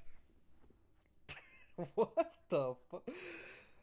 I mean, I appreciate the optimism, but hey, it's one league. I know, like, they're great players and all, but yeah, let's like chill on that. You hope. I'm telling you right now, the first person OpTic's going for in the offseason is Hydra.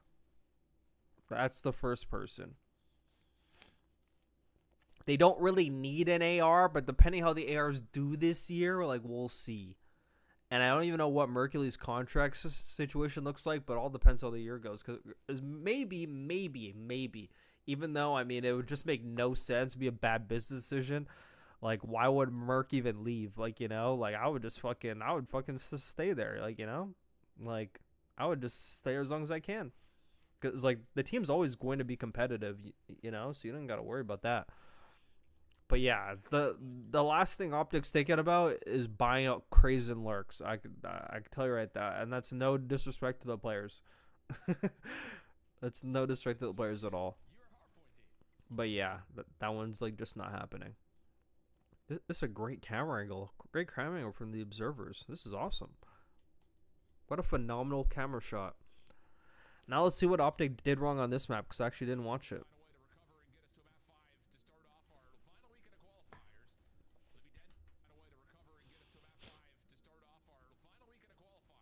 OpTic always likes to like play the P3 side, and now they don't have any control of it, and they look hopeless. So like OpTic usually finds, I think Carolina actually did their homework on this, because when I was doing my early, I put in my very first OpTic video, the first OpTic hardpoint on Den video I made on P1. They love to have an island guy on like this P3 side, because they love to have a person that has control of this to get crossfires, to make the job of everyone that's playing for the hill way easier by having like this guy over here. So they always play for this, and usually they're able to get it uncontested, or they only have to go into like 1v1s for it. But I think Carolina definitely studied this, because he sent 2 guys there. I haven't seen teams do 2 against OpTic over here. So Carolina definitely did their homework on that, which I actually appreciate. And one guy is actually able to go get crossfire kills, aka Craze, and the other guy's just holding off the OpTic guy who's actually trying to play for that. So I think that's actually great. And like number 5 just out of the play the whole time. Everyone is just like dying. Craze is just literally getting kills, and Hook still hasn't done anything because they're just holding him back. Now Hook's asking for help, and he finally gets the guy. Players from Carolina probably should have been banned. If I was Craze, I'd definitely be in breach by now, wrapping around couches, but he just chose to just not move. And like that's a choice for sure. Honestly, if I'm Carolina from this position right here, especially while Exceed has this guy occupied, if I'm Lurks now, I'm playing this side of the hill. I'm playing this side of the hill because like number 2 either has top or he has bottom. Definitely going to be a flanker from there. Definitely going to be bad timing there. From this side, if you play this side and you just go prone, they have to like wide swing out in the heady to even see you. Like they literally have to wide swing out to see you. Otherwise, they won't even see you. And you're completely protected from the backside. And then this guy could be in here. If he dies in there, you could fly off the hill. Or you could just hold the hill from there. They won't even expect you there. But number 3 definitely got to get active. And they definitely got to like readjust like the sides of the hill that they're on. You should not be dying on the hill. There should definitely readjust that. And it probably could have went a lot smoother. But all good. They beat OpTic by 100 on this map, bro. Like that's actually like a monumental win. And that's a great cutoff by OpTic over there over on the P2 side. They're usually very good at doing that anyway. 8 got the kill on number 2.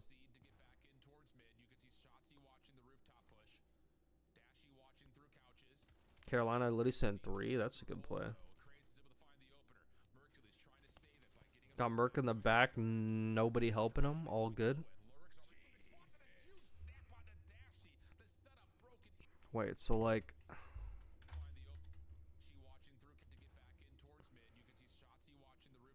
Really number 5 hard watching that way too long. Okay, so like I'm gonna be like nitpicking a bit. I'm actually gonna be nitpicking a bit. So like if I'm Hook, this long angle here, like this tower side, if that guy crossed here, it would take him probably a good like 3 to 5 seconds to even like get to you. So if you watch it for 1 second and turn away, you know you got at least like 3 seconds before you turn back and even have to like stare at it again before the guy's even anywhere near like a threat to you. So just consistently watching it right off a P1 rotation when you know there's probably going to be some guys going right through couches, going right through breach. He definitely got to at least like turn. If he like turned and then turned back and got a bad timing, I literally would have been like, never mind. But the fact that he's just like hard marinating on this, even though it's a long angle, it's not a short angle where it's like if you turn away for 1 second, like you're dead. If he turns away, you know, there's still another like 3 to 5 fucking seconds, which is actually a long time in hardpoint. Like 3 to 5 seconds is a long time. So it just kind of looks burgery how he's just like hard watching that and not even like paying attention to like his backside. It's like not reading where the immediate pressure would come from, even though they're all of P1. And there are people that actually do wrap around the backside. So like I'm not saying Hook's in the wrong, but it's like how long you're watching it. You just look like a burger.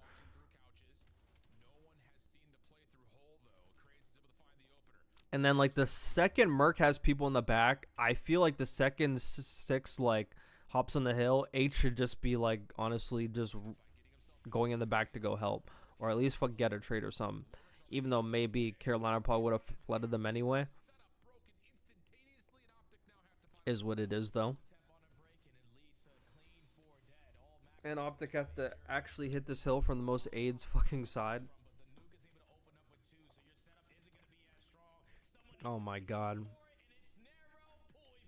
Damn, he was about to get 4. He got great timing on this outside.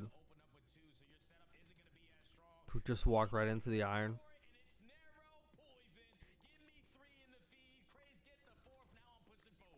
Oh, you gotta pre-aim that. But that's a good trade though. That's lovely trades.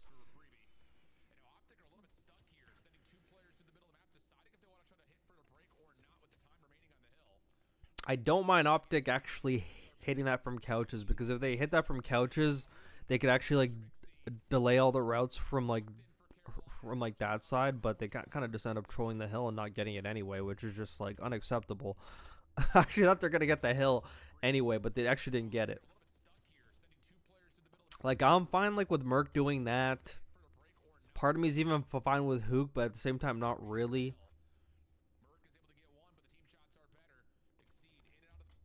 But okay, so like that makes no sense. So Dashy has to know his teammate just spawned in mid. So like mid's covered, I guess.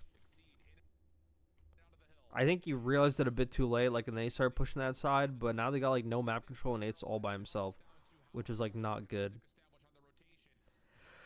It was just by himself. They may have overcommitted like way too many. They may have overcommitted way too many guys to that too late. Because even number 6 is going. Wait, I didn't even like notice number 6. I think number 6 should be the first person like already gone. I think number 6 should be gone. Number 6 should definitely be gone. For sure. Wait, hold on. The volume's low. I think Shots should definitely be gone. I don't know why Shots is fucking hitting old with like. That makes no sense. He was on a burger route, dude. He did not have to do that.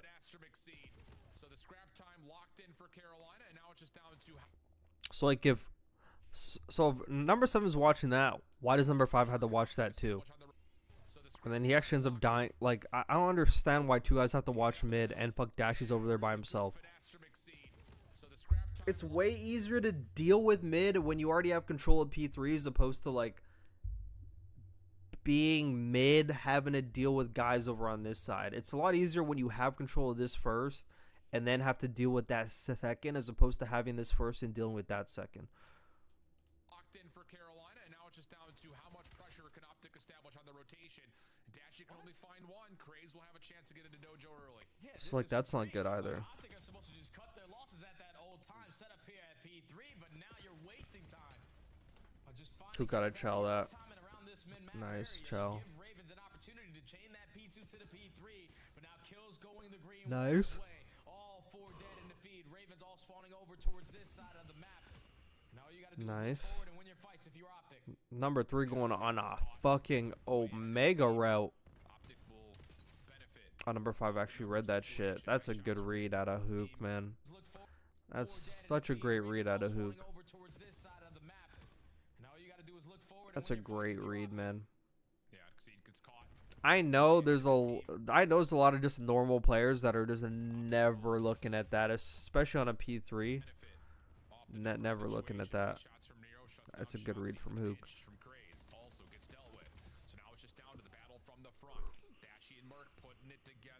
But OpTic, great hold. Ah, fucking number 8 didn't cut that off. I think Ant here again, bro. Like, Ant's actually doing some crazy fucking shit lately. Doing some crazy shit lately. Okay. God, he was actually alive for a while, hey? Alright, so number 6 spawned right on number 5, which is fucking insane. I don't think Ant even had to, like, go back dojo side. If anything, he should have wrapped on that side. I don't know how this plays out because I haven't watched this map. I just know OpTic loses. But he definitely should have wrapped around like the green side for sure. Or just played around like security. I don't know why he walked old to go stare at nothing. With 18 seconds left, just let Dashy deal with whatever the fuck is there. Or Merc, I don't know. Okay, yeah, it's Merc. Yeah, for sure. Fucking just leave fucking Merc on that for sure. There's like 16 seconds left. You don't need to be anywhere near him. It just makes no sense. And like he wrapped around the time when there's like 2 of them and they just got all the trades. Like all the trades are done now. So bro, if I ever saw like my teammate with 19 seconds left get the last trade on a hill and he has the time, I'm fucking gone. I'm gone. There's no reason for me to even like fucking go there. There's no reason. And he goes there, he stares at it with them, and then Hook's left to deal with the whole rotation on his own with no help, and then fuck Dashy has to wrap around the back, which leaves space open in mid. I'm assuming Carolina probably gets this. It's just like reading troll, but Carolina has control of the hill. Like Ant did like nothing for like a good minute, or like half a minute, however long that was. He's just like roaming now. I'm curious. I'm curious on his comms there. 2 trophies down for Carolina on top of that. So OpTic from Dragon trying to set up a break attempt. Here's the play from the front. And Nero's able to shut down the first. Yeah, and he gets the trade, but not much he can do. dies on a pinch. Yeah, it's like not a good life out of shot. See, it's not a good life at all.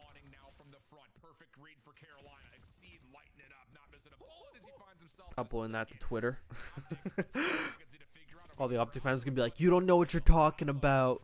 What are you saying, plat player?" You know. So you try to go through bottom comms, you get shut down. Now pressure on the backside, you get shut down. Ravens just have all their beat. My God, dude. Seconds to figure out, are we hitting routes or are we flooding from the front still? Got a second. Perfect read. See how OpTic trusts the. OpTic are spawning now from the front. Perfect read for Carolina. Exceed, lighten it up. Not He like wide swung that too early, but all good. Kind of doing single pushes, doing single pushes with no help. Everyone's just pushing individual, one by one. Look at everyone dying one by one, one by one, one by one, one by one, one by one. One after one after one after one after one. Not a single trade in there. Not even a single trade or like a trade afterwards, you know. Absolutely nothing. It was just one by one by one by one. So OpTic has good space on this map. That spawn that number 4 is getting is an actual spawn. It's actually real. It happened in another OpTic game, so it's definitely some maybe they should read, especially since where number 6 is. He's influencing that side a lot. But I'm not sure if they know, because he's probably not commenting it, because he does not even speak half the time. Shotzi actually does not speak half the time. I think this is up for people to just like know, I guess. I don't know. But like he got a kill in the kill feed. And usually right when the kill disappears is usually when the guy spawns up. And it was on P1, but I mean, you could say arms recorder or whatever. But like if a person is influencing a P1 spawn like that deep in security, they're going to get that spawn. Like he's so far pushed up. And if there's already a guy back couches, I actually talked to this happened in another OpTic video. It's actually insane. This exact scenario happened. But I think it happened like with LAT. It was like LAT. It was like LAT and OpTic. Yeah, it was LAT and OpTic where that exact same spawn happened. But honestly, who plays this game like so much and he like learns so much from this game? I'm actually surprised he actually didn't read this. Because even just like knowing like just where he is, seeing all your teammates are like pushed up, like they're getting kills over here. He had to have calm. He's like literally getting kills over there. You could just know this like the unoccupied area. But I think he's like banking on a guy to hit old. He's like banking on a guy to go through old like around, which is also like a pretty common route, but literally nobody hit that shit. It's all about like tracking like the names and comms and everything, but consistently locating where these guys are, because no one watches the flank towards broken. He single-handedly gets the break, and now you're reading the pressure through the middle of the map. But we're still not able to. Yeah, they're definitely like not communicating at all. Bro, if I was coaching for a team like OpTic, I swear to God they would never lose.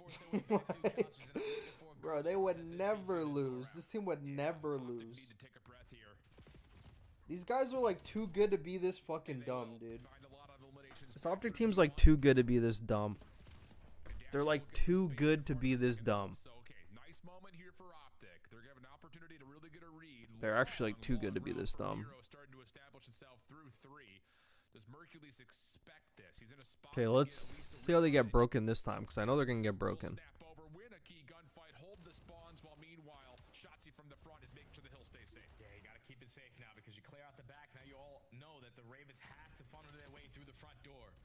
This for OpTic like get like their 150 points. How many fuck points did they get?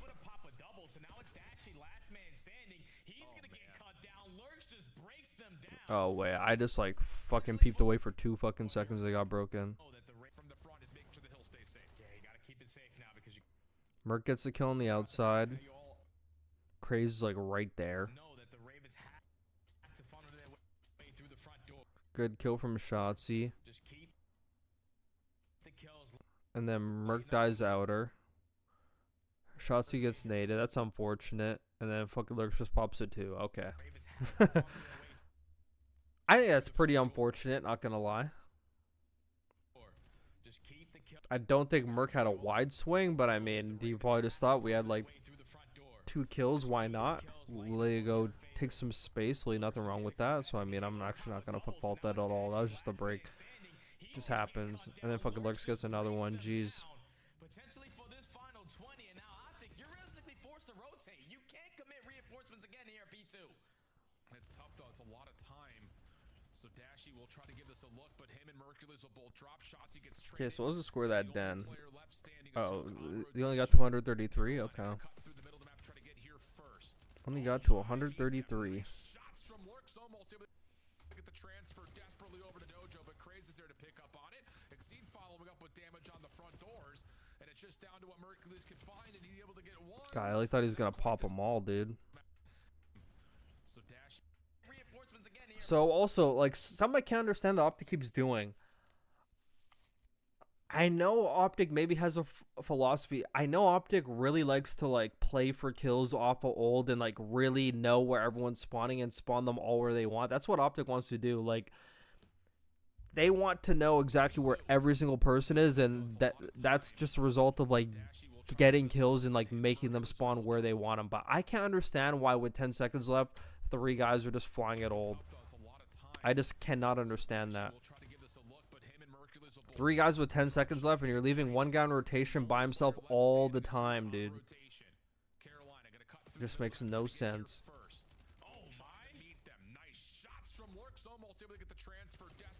And then, like, they actually get Hook. Wait, did he spawn there, or did he take that route? Okay, he actually took the route. It's a good route. Actually, no, wait, he's spawned there. Okay, yeah, he spawned there. I was like, what the fuck? I didn't fucking see him.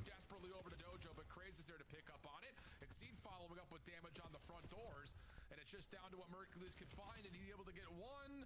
Not quite the second. Nero survives with just a little bit of health, and now has a health. OpTic should be able to read this. He just ran off the hill. Okay, yeah, good. I was about to say. I was like, y'all better read this. I swear. Y'all better read this. But all this is a result of like not rotating there first. The reason why Carolina even has this is because they didn't rotate there first. If they had multiple people playing cutoffs like they usually do, this is OpTic playing uncharacteristic COD to what they normally play. Like, just over and over again, just brain dead fucking... It happened on P2 all the time. Over and over again.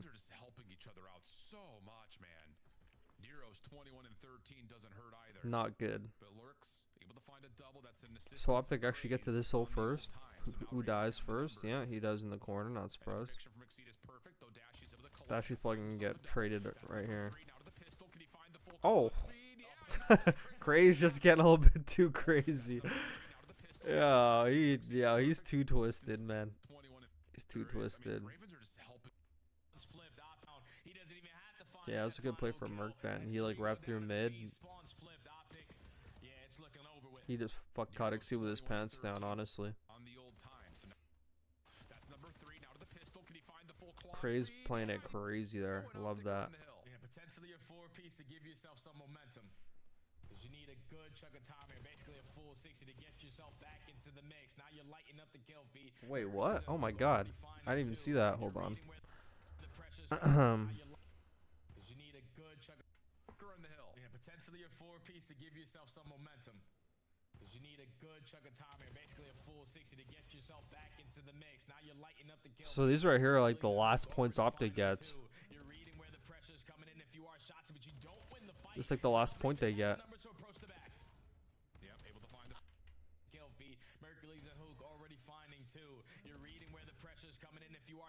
This guy's like moaning on the ground, bro. You guys hear that? Actually, I mean, I have like the volume like pretty low. Literally fucking moaning. This one's not really OpTic's fucking fault though. This one's not really OpTic's fault.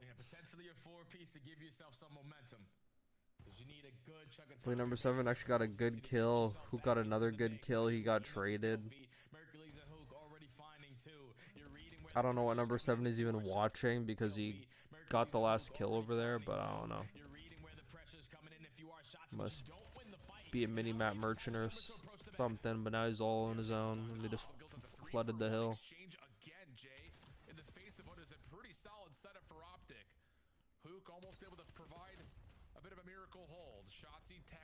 I don't know what fucking Ant was doing on this map, bro. He was actually just blacked out. Honestly, if those like 2P3s go a different way, dude, OpTic probably wins this map by like 100, bro. Those P3s, insane, bro. And even like the first P4, just like small rotations. Small rotations like not going their way. Whoa, do you not see him? Oh, he just missed them. Oh my god, Craze just sprints around the map. This guy's actually insane.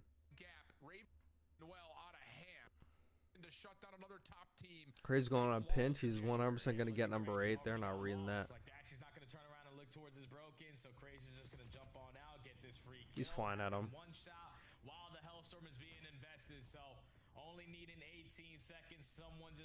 Just spawn killing Merc with a Hellstorm. Flying at him. Yeah, OpTic kind of has to fly at this point. It's over.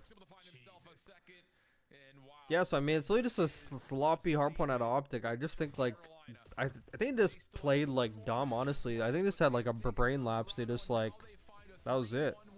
Just had a brain lapse.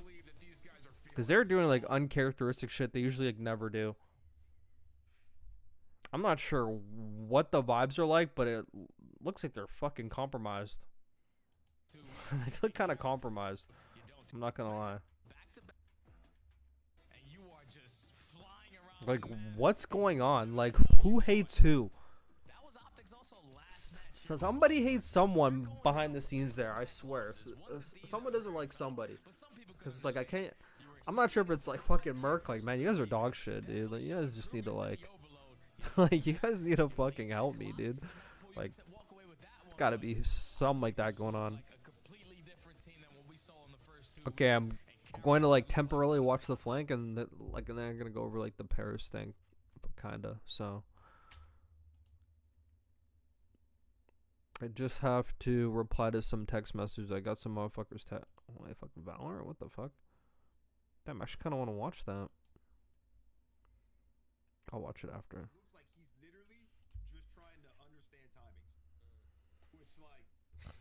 Have these guys gone lazy? Kind of seems like it. I bet Merc hates playing with one of them. I would like. I'd not be surprised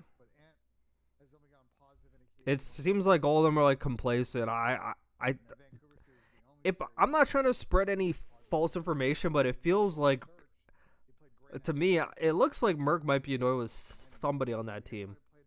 That's kind of what it feels like to me. But that's just my hunch.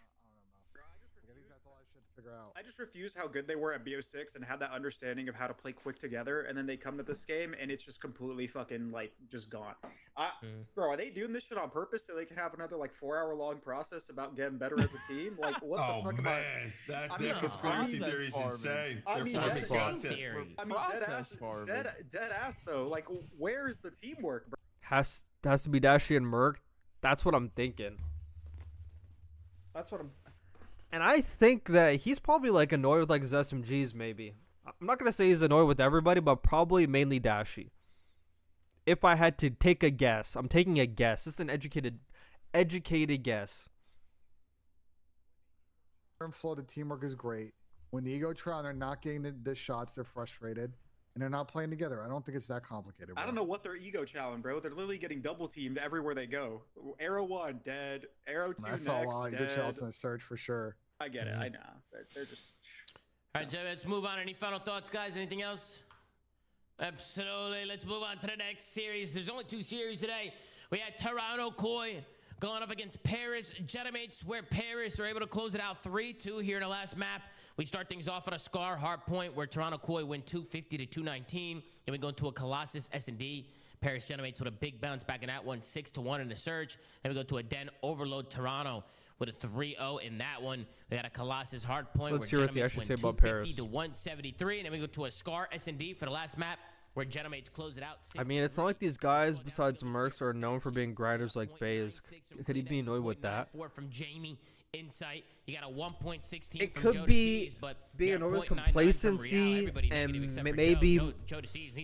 maybe bad habits that aren't getting fixed and kind of like the same thing happening over and over again. If I had to guess, I'm just completely guessing. Completely guessing. Series with a 1.09. Completely guessing. Probably gonna be Neptune in this one. This It was a good series from him. We'll start with you, Nub. We'll go for the bottom. We'll work our way up. What'd you think of the series, Nub? It's a good series. Down series for Dan, a little bit, but I enjoyed it. Joe Deceives top 5. Yeah, he's insane, bro. He's Joe fucking Deceives crazy. top 5. Dude, I don't know, man. I love Jamie. I do. We were talking about him a little bit. Shade. Yeah, just like it's Jamie. I think he'd be a great coach / GM. I think he's a great mind. Oh, retirement already? I mean, retirement talks? It happens to all of us. Retirement talks is I just want to see my boy crazy. Nub Deceives get some fucking help. And you think the problem is Jamie? You don't think it's Real trying to square AR angles with a sub? The crucial round in the game 5? You don't think it's shit like that? Wait, hold on. Here's Ben talking about one singular event. That lost in the fucking series, but sure, yeah, go ahead. Yeah, sure, Real could be better, Clean X could be, but the thing is, you give grace to these young players. Real's young, Jamie's a vet, he's been in the league, he's won his, you know what I mean? He's done his time. That's all I'm saying. You give grace to the young players to see what Real can do. I don't know. I think I'm gonna have to disagree with Nub here, man. I mean, it's fine. No, of course, it's fine. But as well, dude. Go ahead, Sam. What do you think, Sam? I think Jamie's good. I mean, I just think Jamie's good at this game. But for the series as a whole, it was a weird one. I think Toronto's S&Ds are some absolute horse shit. They don't know how to play their number situations well. Definitely look like a little bit of the OpTic series for sure. Their overload though is fucking unbelievable, dude. They are ahead in that mode. So to have pretty much a guarantee. Yeah, they played Colossus and Scar S&D, like the 2 worst S&Ds in the game. I said in the interview they should have been a 3-0. I was like, are you sure about that? The overload. I don't know. Yeah, I think that Dante was just yapping a little bit. He's always yapping. On the mid side though, their search improvement has been great. He's an idiot, that was a dude. pain point for them. We were really high on their HP preseason and early season. I'm sure but fuck Dante knows half the things that he says. Weaker mode. I'm not gonna lie. Obviously great. So I'm not sure if he knows half the things he says. Going into the major. He just be fucking saying shit. Team. I definitely have them making probably like a final potentially. I think this team is fucking insane. But I also think Koizga, like, this is a very winnable series for them. I don't think roster changes are needed. I think Jamie is actually playing very well. I think the pace is good so far. That was my main criticism of him in the past. but his willingness to use a sub and like kind of keep with the flow of the team in this game has been a welcome change for his gameplay. But I mean, this was definitely winnable for Koi. I wouldn't be like furious that I lost this series. What about you, Benjay? I mean, I think Sam hit the nail on the head. This is a fun but weird series, and I think the type of matchup we'll see like deep on a weekend. I think there's a lot to take away from both teams. I think for Gentlemates, I'm glad that I saw more adversity recovery in this series than they did against Falcons. So you feel pretty good about that because that's been a concern we've had times with this team and just how we thought it might project. I think for Toronto, again, just situational search play with this team has just been really poor. I don't think they have a problem necessarily generating bloods and numbers, but they just make the wrong mid-round decisions, and it really cost them, especially in that last map. So they can tighten that up. I really like Toronto's ability to get deep on a weekend and maybe make a final, but with this S&D issue they have right now, why did they pick Scar? Feels like another top 3 or top 4 for Toronto. Why did they pick Scar though? They really could have picked Exposure or anything. Or Raid. Pick Raid. Same boat as Sam and Ben. I think it's just like I know Paris is good at that map. God, like they're both playing COD. They both have something they improve on. Obviously, Gentlemates get the better of them here, but yeah, Toronto definitely needs to improve in S&D. I don't think this calls for a roster change for Toronto at all. Yeah, Jamie's kind of always been like the person that gets called out a lot on this team because of his like weird play style, and some people may think that it's holding that Toronto team back, but I don't know. I don't agree with it, at least right now. But they definitely it's been a consistent thing for years though. So yeah, they're great at overload. I think the only team better than them in the game mode is Ravens, and they're fucking way better than everyone at that game mode. And then Hardpoint, their Hardpoint's been serviceable. They took one off Ravens, and they took one here. So they're at the very least going 50-50, but their S&D is just not good. And that's something that they need to work on. And it's kind of strange because I always feel like teams with Jamie do thrive in search, but they haven't so far. Yeah. Let's tune into some clips here. We'll start things off at a Scar Hardpoint. We got a listen in from Toronto Koi. Let's tune in and see how they sound. I don't really want to see this, I'm not gonna lie. But I actually kind of want to go back and actually like watch that map number 1. I'm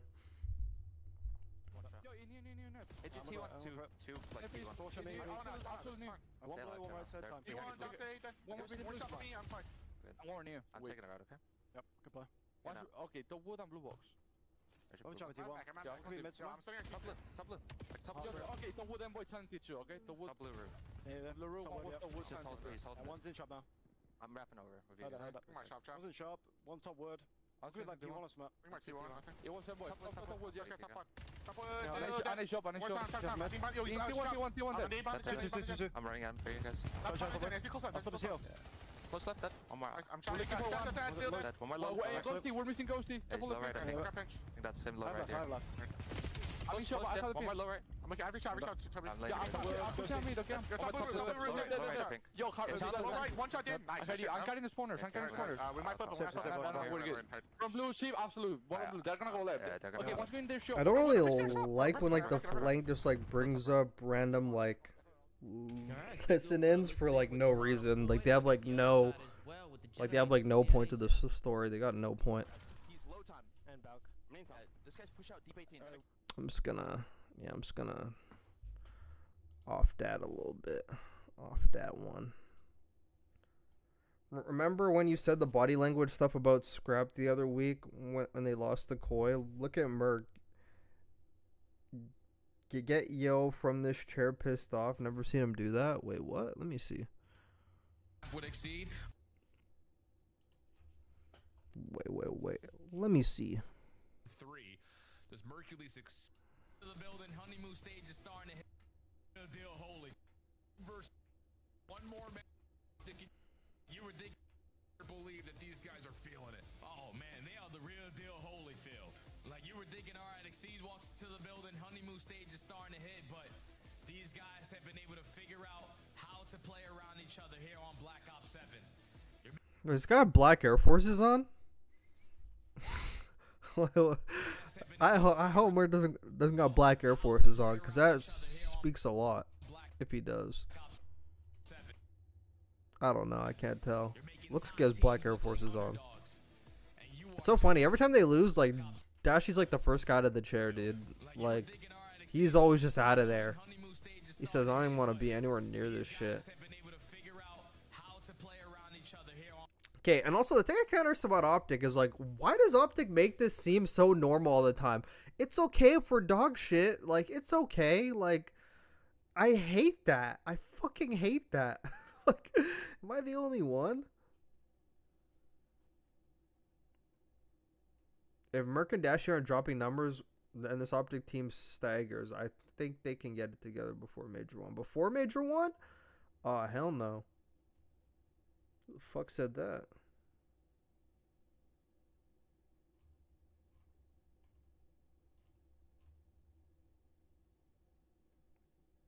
LA Thieves content. LA Thieves actually did a podcast? Oh my god, I gotta fucking listen to that like fucking tomorrow or some shit. I got to, bro.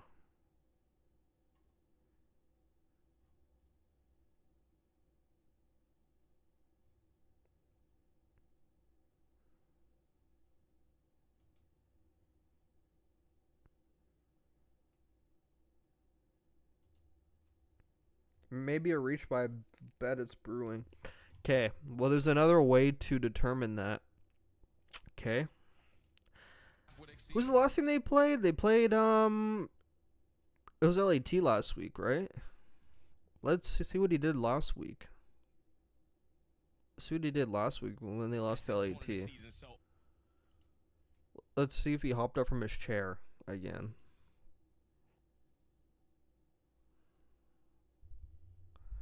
Let's see what happened.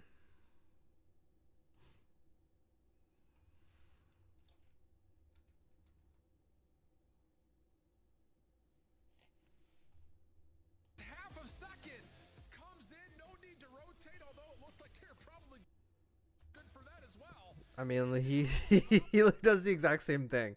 But this one is actually worse. He hopped out of the chair pretty quick. He said, fuck this shit. I'm out.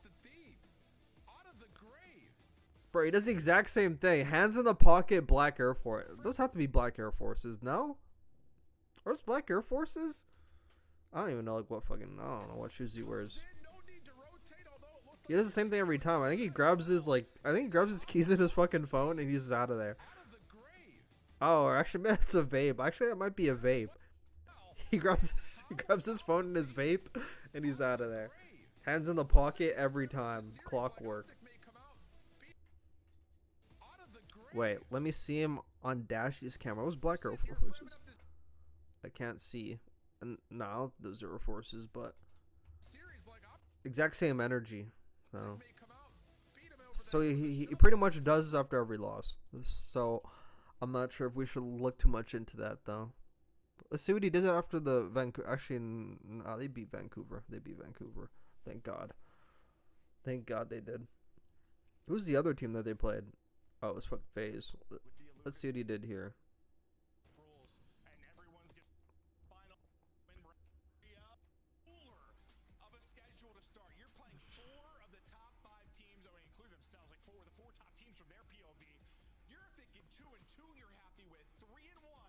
Hurry up, show all the cams, man. Damn. Honestly, he's probably already out of the chair. Yeah, they didn't even fucking show this one. They didn't even show this one. They said fuck. Plus, it combined that when he tweaked out when they lost the map to Surge, he said some shit like unacceptable or some shit like that. Oh no, he does over a play that Dashi made. He said that was unacceptable. But I don't blame him. You should not be losing any respawns to Surge. Like, that's probably what you think. Like, why are we losing a respawn to Surge? I don't care if it's our worst overload map. Like, why are we losing why are we losing to them, dude? I don't blame him for that one. Because, like, why would they even... Like, why? Like, I actually don't blame him at all for that. I actually don't blame him. One bit.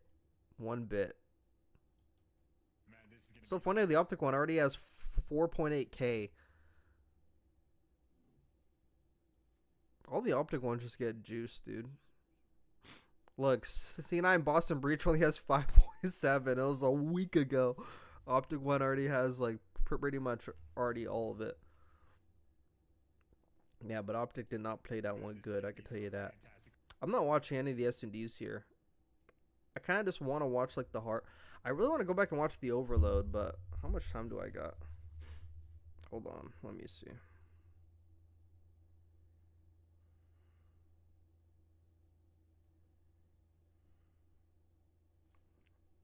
Wait, hold on. I have to reply to this.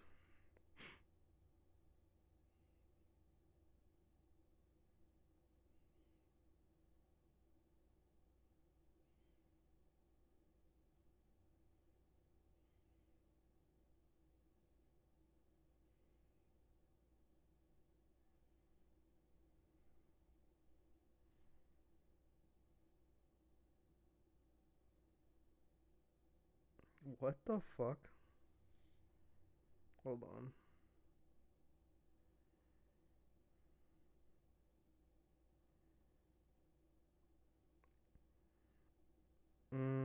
Hold on. Oh, I'm getting... Hold on, motherfuckers are telling me something. One sec. I'm gonna go to that Paris thing in a sec. I'm just gonna play the flank temporarily. Running straight through mid, and look at the pressure, right? I love how Jamie's getting aggressive. Instead of grabbing the device, he gets pushed up with his gun. Real's there for the trade, and Toronto able to get 3 points. It was the only 3 points of the game. Again, just great plays. So aggressive off the kill. Started with Real the first couple points, and then started with Joe there on the third one. I love the aggression from Toronto. Any final thoughts on the overload, gentlemen? Clinical, man. Yeah. Absolutely clinical. Then we get into a Colossus Hardpoint. Start things off on a P2. Joe Deceives yet again. Look at what he does here on a rotation to the P2. Love the way he slow plays it. He knows that they're all on him. And instead of overchallenging, gets himself in a nice little ratty corner. Finds himself a big 2-piece. He's got one more left here on the rotation. And Joe Deceives takes him out back. Wins another one, but he's not done. Dylan Envoy, there you go. Joe Deceives winning every single fight. Takes care of Dan Ghosty. Joe Deceives, a 7 spree to solidify a P2 rotation. What a play from him, huh? Almost had another one there, too. Top 5 vet moves. Yes, vet moves. He's still going, bro. Bro, when he starts hitting flow state, it's actually fucking disgusting. He's insane. Then we get into the P2 to the P3. I wanted to write this down because I felt like there were some trolls coming in here. I do love the play from Real. This is what I wanted to talk about. 24 seconds left on the clock. Look at what Real does. He's already rotating, already going to new. And I feel like on Colossus, we don't see this enough. People don't take these routes early enough. They'll take these routes, but they're just late. Hold on, give me one second. Real's out early, man. Whatever. If they want to push the front of old, go ahead. Push the front of old. I'm already at new, and look what he does. Instead of just swinging it and dying and just getting one and dying, he knows he's by himself on a rotation, and he hides. He plays a cred ball corner. Him and Joe Deceives. First it was Joe playing the creddy on the P2. Now it's Real playing it on a P3. Just so good. Such a good sub dynamic. And Real, he just wins them that rotation by himself. It's a great play from Real, no? To trust your team and get out early there. Yeah. I thought that was phenomenal. I like actually giving up tunnel in that situation because it makes mates, or excuse me, Koi, like mates, holy fuck, like think that they have the rotation for free because like he hit the route early enough that you think they should be still fighting P2. So yeah. I think that was really, really good from Real. Yeah, they go up 108. So it's like they changed so many hills. And they don't get a point for the rest of that. They lost. Yeah, and then this is where it starts collapsing. Then we get into the second P3. I mean, the first P3. We get into the rotation here from P3 to P4, and somehow Genomates were able to break this one. I kind of wanted to watch it back and see what happened. It just looked a little too easy for him. You can see Toby, he's by himself at the back, trying to buy some time, but Toronto, they just collapse here. Let's start creating some OpTic narratives, hey? Look at Toronto. this. Gave up the left. Toby, bro. Fuck it. They gave up the left, weren't they? See, I'm gonna be honest, like they want to like hold, they want to like make sure that people don't rotate through the middle or the front. I understand why. Joe dying as well just kind of feels bad. Kind of just scan rotation a little bit. Look at the spawn that Toby gets right here though. They spawn right on top of him. I don't know if we should be, I mean, yeah, I guess I don't mind somebody looking at front, but I do think like right here, you need to be careful, like when, right here, boom, as soon as Kleenex dies left, right? You need to be careful if you're number 3, if you're Jamie, pushing up here. Because, look, he's pushing up while his teammates are dying. Like, he needs to back up, I think. Like, instead of going forward, I think he needs to go backwards here and start running, like, start playing back here. Like, play a cred ball spot back here. Doesn't influence anything because number 6 again, somebody like spawns there, but then they get traded out. Like, they have no pressure here. Like, they're kind of late. Because then look what happens. Toby's by himself. He dies. And now Jamie's stuck on hill. And they lose spawns. That spawn is still insane. Yeah.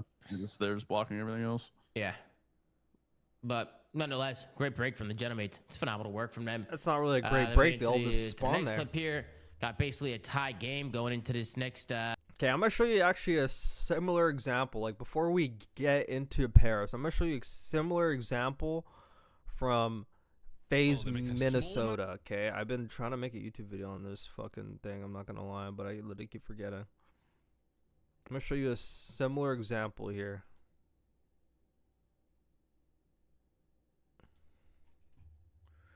Merc gonna drop Shotzi for simping the Aussies. Bro, imagine if they gave fucking Merc the keys, bro. Imagine, bro. Imagine, bro. It'd be like a utopia. Shotzi to LAT? Question mark? Shotzi to LAT is crazy, actually. Wait, where was this? It was like right here? May have been the second rotation. I want to show you a similar scenario. Okay, actually, it actually was in this. From 0-4 on the Godhead, sure. and well, you're gonna have to worry about everything. I mean, FaZe had this hill surrounded. They've got a fully surrounded. It was this for sure. Great wave of FaZe players. Favor of G2 and do the damage, get the. Wait, am I faded? Or it already happened? Rework here, just No, being never mind. run They got it here. back. FaZe Vegas. It was right here. Okay, it was right here. On that note, let's go No, for it. wait, FaZe not Vegas right needs to there. be- Where was this? Oh my god, I'm faded. I'm trying. I must be faded. He Bryce Caesar. He jumped over. Probably the first one. I just missed it. A little bit held there. Sim is going to find the I kill was trophies fucking to replay beaning as to well. make a YouTube video on this. I actually just forgot. Okay, I fucking guess was in this game. Anyways. Our hold. This to me is where, like, why not keep pressure? Like, you got to a point you're up 100 to 20 by putting pressure everywhere on the map. Why are we stopping that here? I agree. Yeah. They didn't focus the right things here. Like, It's like a matter of playing exits off hold. It's like if you give them that lane and don't play like exits to trap them on that lane, you give them a quicker like route to the back to block your spawn. Like this is basically what you're saying. Well, you know what it is too, Ray, and you probably dealt with this because you've coached. It's like if you go over something in practice, right, of like a general rule of thumb, and then players take it too literally, where it's like in most situations, what inside, I think it was Insight who was pushed out front, like that's kind of what you want the team to do, but in that situation, it's just the complete wrong play. Yeah, it just Like they just didn't read that situation right at all. Yeah, but look at this, fell guys. back to. Ray, Ray, I don't know if you saw this. Oh, go ahead, Duarte. Go ahead. I was gonna say, I think the only time you should really push out front to get info is if you are getting scrap time on that. If you have ult, correct. Yeah, if you have ult, and you're forcing away from ult. If you don't have ult, like you know where the pressure is going to come from. Like have the 100%. guy that's playing the rotation like on new, just play passive, like shoulder his front, like make them like fish him out, and then just trap them at ult. Listen, I don't know what you guys think, but I think Toronto should be going, bro. I think somebody should be hitting that shit out, bro. Like number one, just go, Joe. Just fucking fly. Fly like a bird. But instead, well, actually, he did fly like a bird. He died. But then he fly like a bird. He died. I just think Toronto turtle here. They get kills and they don't really. They kind of just sit there. I mean, number 5 jump shot the fuck out of him. Like he did the little like wall bounce on their side of like P2 and like picked Joe while he was hitting the, or was it Joe? I think it was Joe while hitting the corner. I don't really think they could have gone here, Tom. No. Nah, they I mean, maybe they right here. But once Joe dies, They look a little turtles, and they just got a clean wave. I don't know. Joe tried to go. He got sniped in the mouth. Hold on. Send another one. Joe spotted on the hill. Fuck it, keep They going. would have died. Once Joe died, it's like okay, you gotta hold. But like Real, like he's playing a burger angle, bro. Yeah, Real could have played a better position. He's playing a burger angle, just staying right by the door in the open. Like, what is this burger angle, bro? You don't think Real should just hit some here? They just gotta just go. I mean, that's what I'm saying. Like right here, walk up P1, get under the stairs, like use number 3 to help him. Yes, I agree. I don't know. But, like, It just looks so just. There's a burger angle, bro. It just looks so bad. Yeah. I mean, definitely could have gone out P1, but going out front. Something should have happened. Nah, I didn't realize Joe tried going out front and died. I like the idea Joey did. I do like how Gentlemates got that angle first kill on Joe, responsibility. instead of just fucking instantly Angle flying, responsibility. They waited I love for that. each other to like literally get into positions where they are suffocating To throw Toronto back. now, and they don't know if they're gonna attack the front or attack the lobby or whatever you want to call it. And then they just like second guess themselves, and then they get picks and they go like that. They play that. Can I say something what Chris just said? Yeah. Like that is exactly why you put pressure on Toronto's side to not even allow certain positions like that to happen. Exactly. Yeah. You just don't let them suffocate you. It was a 4v3 situation. They got the kill mid and they just sat there with it. Like, I don't know what you guys think about this one, but boom, number 2 spawns out. All the kills are going down. Bro, I think number 4, let me rewind it a little bit. Bro, I think he needs to be going with Joe here. I don't think Joe should be by himself. Look, they're getting all the kills. Real's jumping out. Joe's pushing. Look, number 4 is here. Joe need help. Feels like a one-man army sometimes. With 18 seconds left, he goes back. I've been fucking saying this, dude. He's back. Why is he backing up? Why is Toby backing up? He definitely feels like a one-man army. Forward, I think. And then Joe, look, Joe's fucked. Joe's by himself. That's always where like the inside conversation comes in. Right, he's trying to stay alive, and then it just kind of collapses. Like, you'll see how it goes down. Like, they lose the spawns here, and they don't really solidify this, and it kind of collapses here. Yeah, I think the reason he went back was because when he was pushing up with Joe, that one of the guys that pushed out from P1 died. So I think, what was it, Insight? Or I don't know who it was, but somebody was in the hill, and he felt like he was going to collapse on. So he has 2 decisions, right? He commits with Joe, and they try to, like, get the spawns, or he comes back and helps number 3. Now, 17 seconds left, you commit with Joe here. You commit with Joe. Fuck the guy at old. Who gives a fuck? I'm just saying that's his reasoning. Like, he had to pick and choose which one was more important in the matter, and he just chose wrong. Yeah, I don't know. He was just a little late. He was there early. Joe was there. It was great. I thought Toby and Joe were about to fucking go crazy on his P2, and I think him backing up there kind of was a little bit of a mistake. He left him out to dry. Yeah, Joe was by himself, and Genomates ended up closing out the map. They're 3 and 6 in S&D. But any final thoughts on the Colossus? Any final thoughts, gentlemen? All right, so like I'm curious why Paris has not played Exposure S&D one time. Why are they playing Scar and Colossus over Exposure? It makes no sense to me. See the info they had, because like, bro, like, can we see like the beginning of the round? Yeah, actually, I'm pretty sure Ultra may have banned it. There's literally nobody here. I love it. There's nobody here. Look, Joe doesn't waste any time to where he's throwing shimmies. He's good, guys. Nobody's here. I'm getting it down. Beautiful. That's actually the best shit, because when you jiggle this bomb, if you don't see, if none of them see you get to the bomb, it's like it's like a green light. Koi banned it. That's why. Oh my god, why are they banning this shit? It's probably not a good idea, but that was a good play. Yeah, Jamie goes down, but there's 2 guys on a pinch, and they don't even know about it. It's Real who's there. Great baits out of Real there. Yeah, and he plays his life too. He doesn't just overchow. He plays his life. Waits for Toby. And I love the plays here from Toby as well. Gets aggressive here. Finds one through Ha. Other one goes down the middle of the map. Real going all the way around. And Real ends up winning a fight here through mid-cut. It's a good round. I like the insta-plant, and I liked how much they played their life in the back of the spawn. They didn't just give them freebies. It's a good round coming in from Toronto. Then we get into the 2-0 round.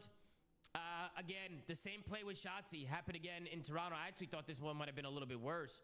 But like right here, Real gets the blood, but we're dying on the other side. Joe D, while Real's getting through B side, Joe D's challenging A side. And I just don't think you need to do that. I think once Real gets that kill, you could just slow play A, see if the other team pushes through into you, or they rotate back, they start tweaking. Okay, I'm over this. Okay, I'm actually gonna just go to the hard point. I'm gonna go to the hard point. Scar S&D is going to be out. Okay, so if there's 2 things I know for sure, I went through Utopia. Okay, I went through Utopia. How is it again? I actually forgot. I haven't played fucking Utopia in forever. I've been grinding fucking zombies. Colossus is out for sure. After Major 1 next week, Colossus is out for sure. I think that's why they're waiting to drop ranked, because they know maps are going to change after Major 1. If I had to take a guess. Even though they could easily make updates, but I think they just want to like drop it with all the maps that people are going to be playing for a while. So Colossus, Hardpoint, and S&D are going to be out. I would guess Utopia's in there. Okay, this is my perfect scenario. Utopia's in for Colossus. Scar, S&D, and Overload are out. And you could either add Utopia Overload, or they'll probably do like Fringe or fucking, I don't know, they do Fringe or some dumb shit. But for S&D, I think Meltdown should be in there for sure. Meltdown should be in there for sure. Koi bombs out at the Major and phase buyout Joe. Simpex Joe, holy cinema. Looking back at it, it was Real. Was Real the best option? Maybe Abizi would have worked well. Abizi actually would have thrived in this team, low key. I don't know how he didn't go for his best friend. It's probably I think it's because I remember they talked about in the LAT podcast. Abizi just said, "Oh yeah, like LAT and like Scrap and Hydra just has to play with me. It's like a no-brainer. I just go play with them." So I think he just like chose that over the uncertainty of how Koi would perform, if that makes sense.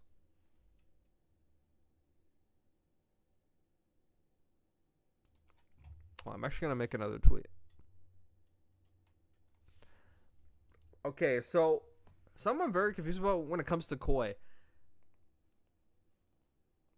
Maybe you guys understand what I'm saying. Koi seems like a very good team. Like, they feel like they're final at times, but at the same time, it feels like Joe needs help. Like, does that make sense? Like, it's like the team is good, but at the same time, it also feels like it's Joe or it's absolutely nothing. Does that make sense? It just sounds weird. And also, the reason why FaZe would never be able to buy out fucking Joe, I can tell you this right now. That owner on Koi would never let Joe go, okay? Like, he has to be out of contract. There is no world. I mean, you'd have to be offering $1 million or something, dude. You have to be offering some stupid bans. Otherwise, ain't no way he giving him up. Ain't no way he giving him up. He not giving him up at all. There's just no way. There's no way. Absolutely no way. I almost like don't want to go over like the Colossus hardpoint because I just know that map's already fucking gonna be out. It's just a complete fucking waste of time. That map is just fucking dog shit. Just absolutely a waste. It's like the S&Ds. I kind of just want to go over like the Overload, honestly. But I kind of want to go over the Scar too. Because I saw Dante doing some shit. I kind of want to just like go check it again. So Scar and Overload, and that's it. Probably. Scar, Overload, that's it. No matter what happens, either team wins. It could be a 3-0. It could be a game 5. We're gonna learn. Just curious to see what fucking Dante's doing here in a little bit. They stand, so looking forward to it. There we go, in the Scar map number 1, and off to a delightful start to Tobias Julianson. Can he get all 4? But like, I'm sure if like Joe was available, I'm sure fucking FaZe definitely would have hopped on that. Him and fucking Simp on the same team. Oh my god, that actually seems unfair. That seems like actually unfair. I would love to be an AR with those two on my team. Like, holy cow. Like the map would just open up, dude. The map would just fucking feel so free.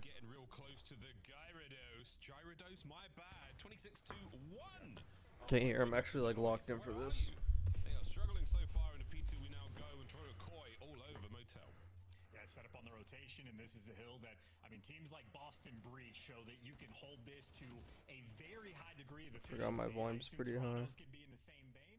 Real and Insight there for the first couple kills, and Insight there is the cleanup man. Irons up there on defense, and well, making his teammate's job a little bit easy. But as CleanX goes on the pinch, everybody else worried about the front line. Yeah, worried about the front line indeed. Good hold here. Paris Dynamics winning some big fights and managing to keep Joe at bay. And it's Dan Ghosty, hardpoint player extraordinaire, leading the charge there for the General Mace in that final. Making Insight there is the cleanup. Be in the same vein. You can hold this to on the rotation, and this is a hill that, I mean, teams like Boston Breach show that you can hold this to a very. Yeah, they got number 1 pretty easily, and then they got number 4 just opened up. Two selfless subs that can do everything on the same team. It could happen in the off season. Yeah, I don't know what Joe's contract looks like. I'm not sure if like they gave him like a new or if he just said, I'll just play it the year. In the off season, this will be the best off season because so many people that would not be available are going to be available. But the bad thing is we're going to be getting a dog shit game next year, so I mean, like, we'll see. We'll be getting a dog shit game.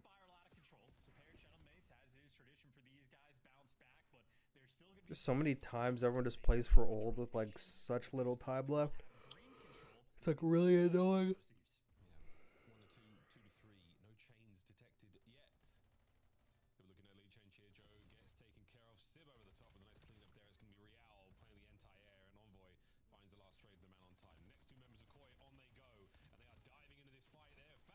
God, they just flooded that shit. Yeah, but in the offseason, scrap Hydra, Joe. Not sure if Simp signed a new contract, but if he didn't, he's available. There's so many, like, big players available. Probably even, like, Merc at this point. I don't know. Like, unless you sign, like, a new. I don't know.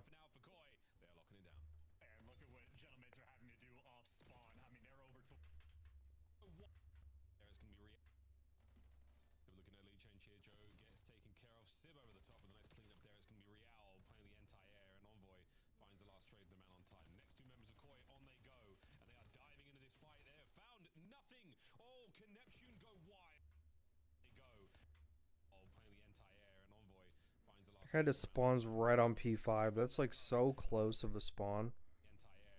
Jeez, like you have to be influencing the other side, otherwise they literally spawn so fucking close. That is like way too close of a spawn, I feel.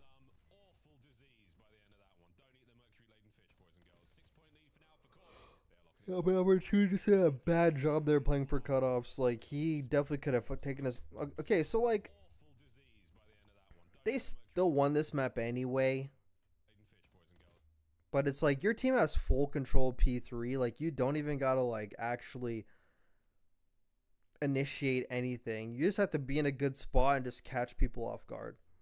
Like that's the difference between like a good pincher and a great pincher.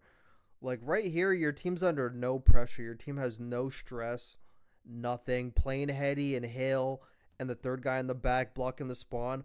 All you need to do is like exist. Just exist and just play to shoot someone in the back.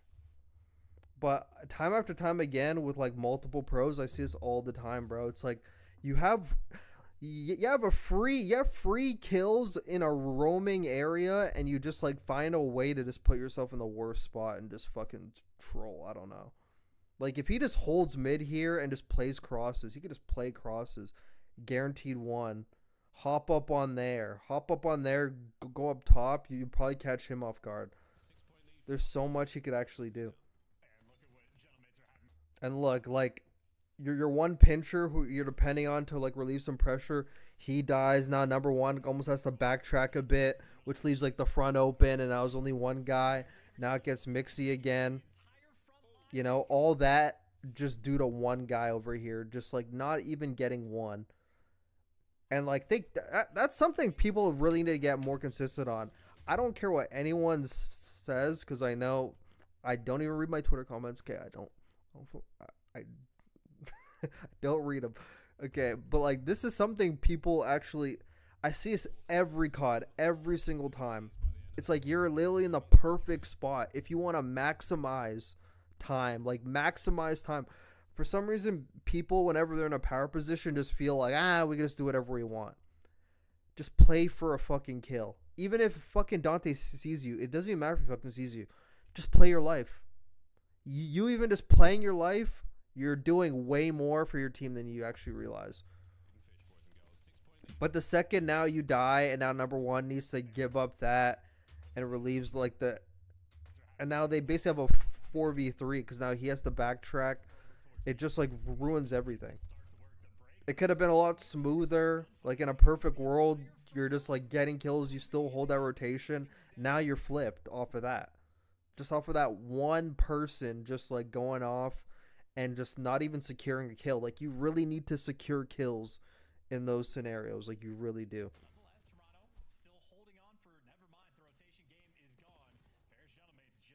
I'm saying that with a lot of emphasis because happens every player does it.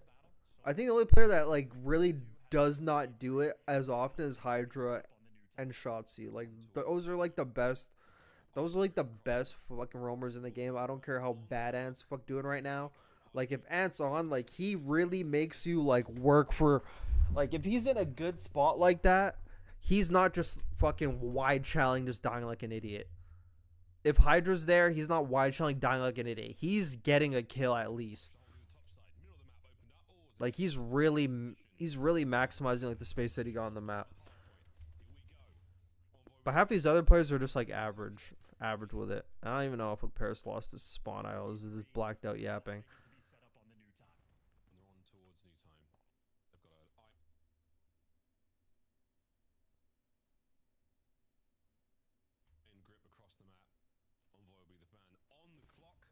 Okay, good. You got that kill. Wait, fucking Insight got him? Really? Insight got him from down there? Surprised he didn't just play the tank, but it is what it is. He definitely could have played the tank, but he's gonna spawn in the back anyway, I think. Yeah. Damn, he just got spawn killed. Literally, he just got spawn killed again, dude. Just spawned up and died again. Oh my god. That's actually class at Ultra, but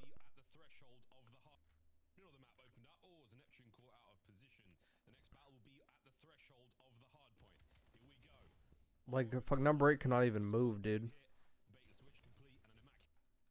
Wait, where'd number 7 die? Oh, he literally just wide shot. Of course, that's Dante. Not surprised. Not surprised.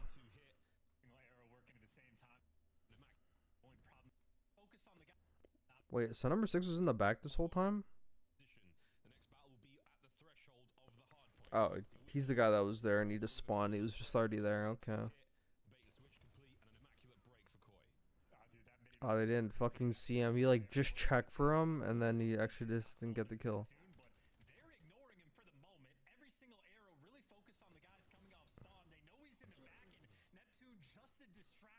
Yeah, like Neptune's in the back doing a whole lot of nothing right now.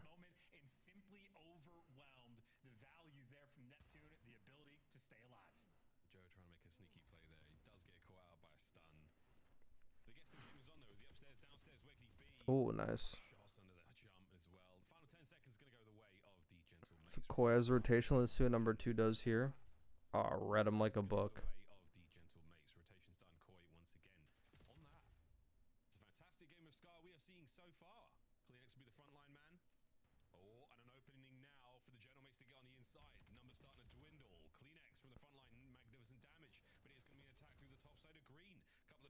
Bro, if you're Koi, how are you getting broken like this? I'm not blaming Real here because this is a situation where it's like he was in a good spot and he must be thinking from like scrims or like fucking like whatever 8s that people actually check it from like P1 as well. That's why he's like watching both sides, or he's just like thinking that they're going to rotate around. So like him dying there once again, this is what happens when you're like the roamer on like the front line. I actually don't think people realize how important like that roaming role is. Like that guy who's just playing an island, like that's Real. He's always on an island. If you don't get that initial kill, like it doesn't even seem like a big deal because P5's all the way down there, but that stuff really actually does open up a lot. But Insight's scammed up top as well, but that's another thing entirely. But like that first kill that just like delays their initial push because now they have to start tracking you. Like that's so big. Like the fact that Paris was across the map. Like even the way the arrows actually look from here. Like from this position right here, like you would think it would take you would think it took Paris like 3 breaks in order to break this. They're all the way across and they have to go break that. And they broke it in 1 try. Actually insane.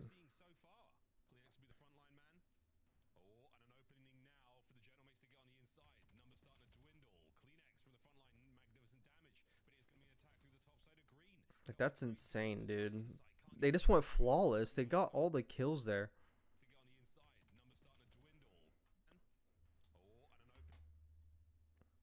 And I know Kleenex is trying to watch mid. If I'm him, I'm giving up mid. I'm not even gonna lie. I'm just going prone right behind that block, and I'm just fucking watching this shit. And if you don't see anyone that pretty much tells the guy in broken or in top green that they're going to be going in his direction. But that's crazy though.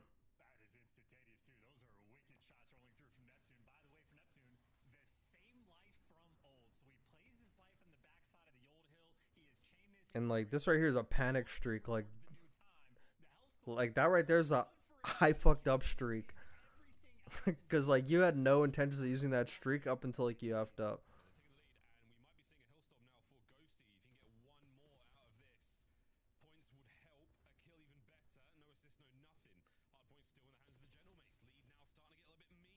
Take a look at fucking Joe just going on all by himself, bro. No fucking follow up or anything, dude.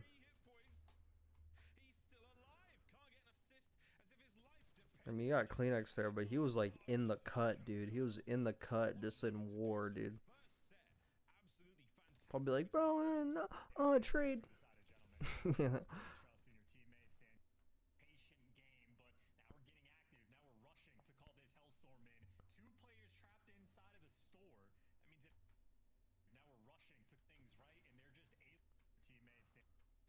Number 5's ran there for a while. It's Envoy.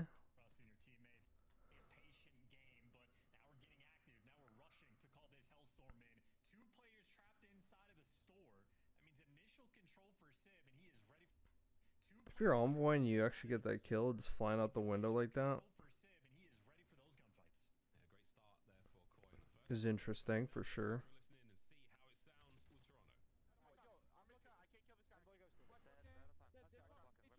Is my volume low? Okay, good. Oh, I had my volume all the way down. Shit. That's good. I'm not trying to hear game volume anyway.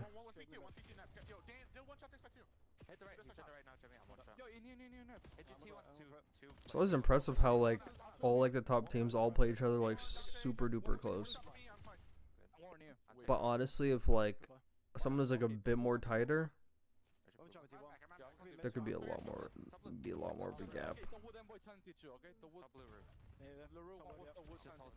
But that's also like the con of like barely playing any games. Like if all these players were playing like the amount of games that they used to play, we'd be seeing a lot more like sharper teams. Like 8s are pretty much a troll fest.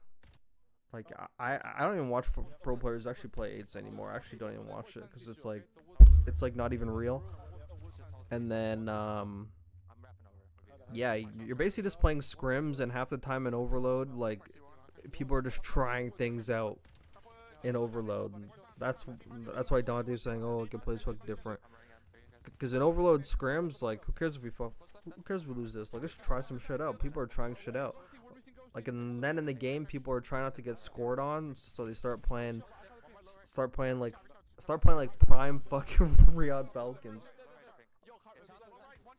Are the Falcons Rise surprising you? I still don't believe in them. I don't believe in them either. They've had the strength of schedule, brother. They've had the strength of schedule. Like they played OpTic and LAT. They lost both of those, and then they had Carolina, Rocker, Carolina, Minnesota. They had Carolina back before Exceed. They had Slasher Carolina. They had Slasher Carolina. They had Minnesota. I think they had Boston, who they were lucky to get by. And then, who the fuck was their last win? It was like Cloud9? Actually, no. They played Cloud9 tomorrow. Yeah, that's a burger game, too. Holy cow. Carolina, Boston, Minnesota. Carolina, Boston, Minnesota. That's strength of schedule. But, I mean, like, they had OpTic and LAT for the first 2 games. They lost those. Carolina, I'll give them that win. Boston kind of trolled. And then Minnesota trolled, I believe. And then Paris obviously trolled. But, I mean, it's no shame for them to be able to capitalize on wins. Like, there's nothing wrong with capitalizing on a win. But they've never had a convincing win. I've never been, like, convinced, like, oh, my God. Like, I've never felt like that. Like, I don't believe in them. I'm pretty sure they're going to be, like, doo-doo next stage, but that's just me. Because I think the teams around them are actually going to get better. I feel like there's going to be some roster changes. General Mates was the last win. That was just a troll fest. That was a troll fest from the Mates, I'm not going to lie.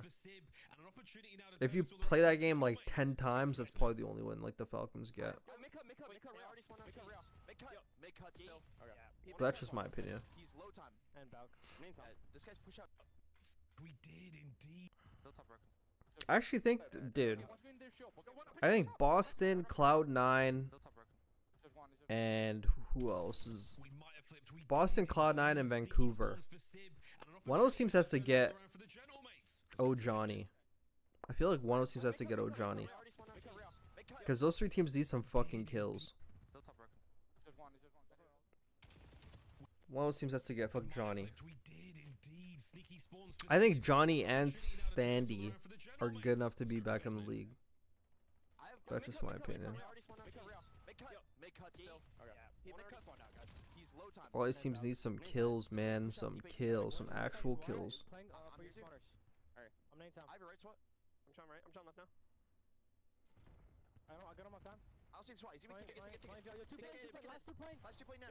For real, died off the hill.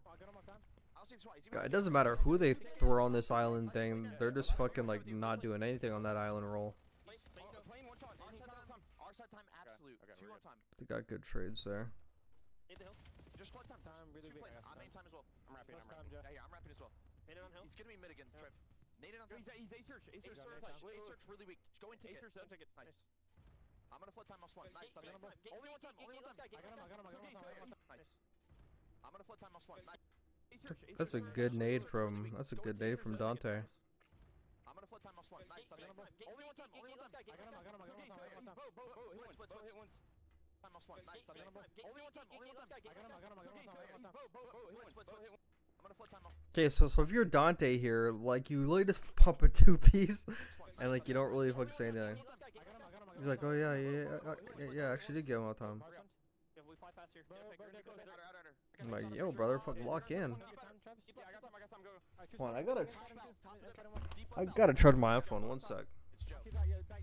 Give me 1 sec. My fucking phone's about to die. I need this shit. I need this shit for later.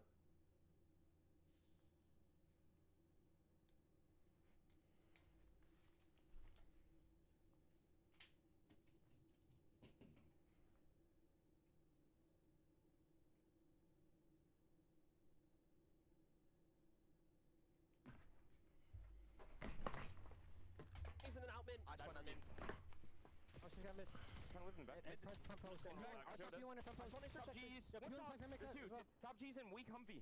I can kill Humvee in a second. Whoa. Okay, good. They're already there. It's Joe. Top grannies and then out mid. I spawn on mid. It's Joe. I was so confused what like Dante was doing right here. Deep left Valk. Valk throwing at him. It's Joe. Top grannies and then out mid. I spawn on mid. I don't know why Dante just ran into mid like this. Like, this looked like absolutely, just looked like an idiot. I'm pretty sure fuck Dante actually did something earlier, but I just completely forgot about it. I don't even want to go back and find it. Like, Dante said they should have won this map. I was like, where?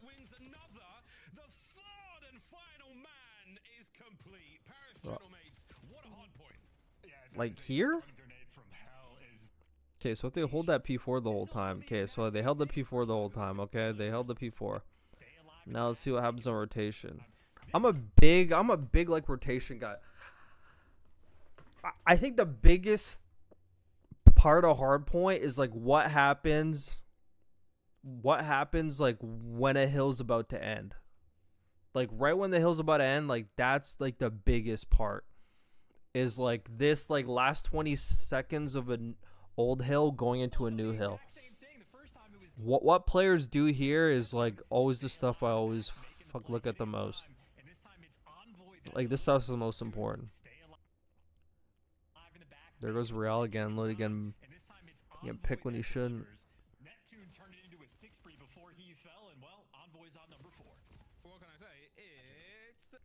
Koi got the back spawns because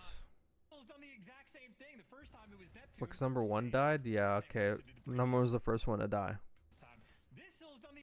And also, like, something you guys should, like, use to your advantage, like, whenever, like, you're playing hardpoint, is whenever a hill's about to end, like, around, like, the 20-second mark, make sure you have no one on your team occupying, like, the back at all. because the first person to die will always get that spawn. If that makes sense. So like right now, CleanX spawns there, but now, right now, there's no one from Gentlemates in the back. Actually, I guess there's with number 5. Like you're gonna see, like Joe right now is the first person to die. Look at number 6 and number 5. They're running the fuck away from that back spawn. Like they're going so fast. Like they're getting out of there. And since Joe's the first person to die after like the spawn was not being blocked, like he literally gets to spawn. So that's always like something to keep in mind. It all comes down to like tracking like the kill feed. It's honestly more tracking like the kill feed, honestly.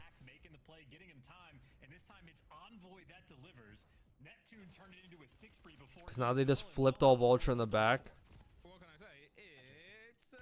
And now since Koi's blocking like the back, like now Paris is litigating. I don't appreciate those squad spawns though. Like that's the most ridiculous spawn ever. The fact the game can't spawn them over here is insane. Like the game should just spawn them over by boat.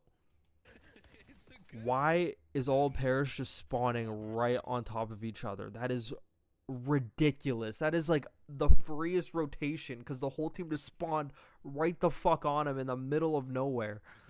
That is like that is ridiculous.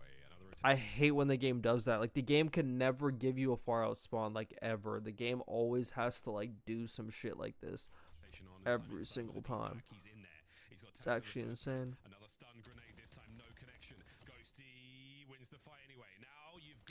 But that's just the game we play, man. That's the game we play.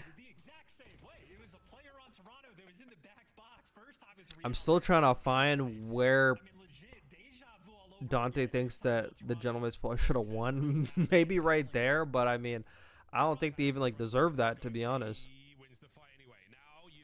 But they got gifted a free spawn. How they not hold this? Oh, you got team killed. Envoy. Where's Envoy? Number 5? Oh, he was holding that nade right here? Yeah, he was. Oh, Dante killed him. Fuck, this guy just keeps fucking team nading Envoy. Oh, look at that nade. Oh my god. I just fucking saw that.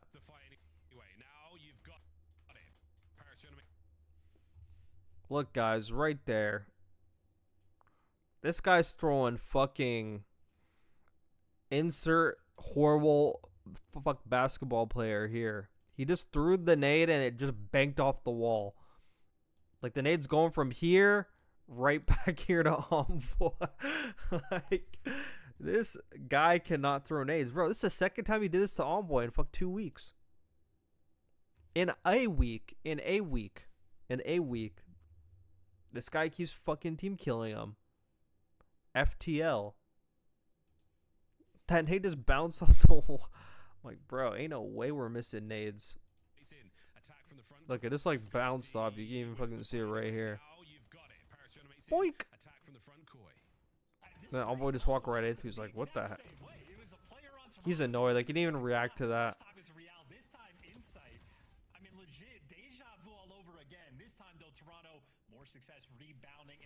Koi literally should have broke the hill off of that. And then there goes Ghosty trying to MW2 2009 fucking breach and clear the doorway. But then like the stun doesn't ricochet off the wall. It just bounces back at him. It just fucking marinates on the door. That's tough.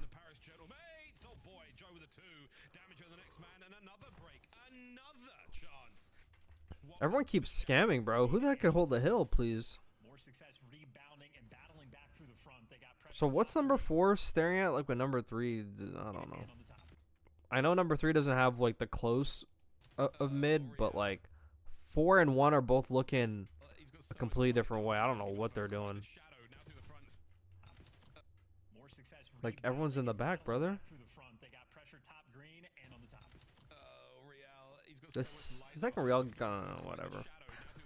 Motherfucker's just not locked in. To his sidearm, it's faster than reloading. Through the middle of the map now we go, and Insight absolutely sandwiched. A lovely bit of scrap time from the Paris Gentlemates. Oh boy, Joe with a 2. Damage on the next man and another break. Another chance. And a handy dandy bit of 10. Scrap time to go to Koi. Yeah, with you, that would have been nice scrap time for Gentlemates to get. Would have been a sizable lead. And then, yep, they scammed just a little bit. And we are keeping this game close. Would have been Play number 4 made a good play here. Yeah, with you, that would have been nice scrap time for Gentlemates to get. Would have been a sizable lead. And then, I'm not really going to analyze the overload. I kind of just want to see how, like, Koi plays it. I don't know what I was doing, but I was not watching that map. I actually want to see how, like, really good they are at overload.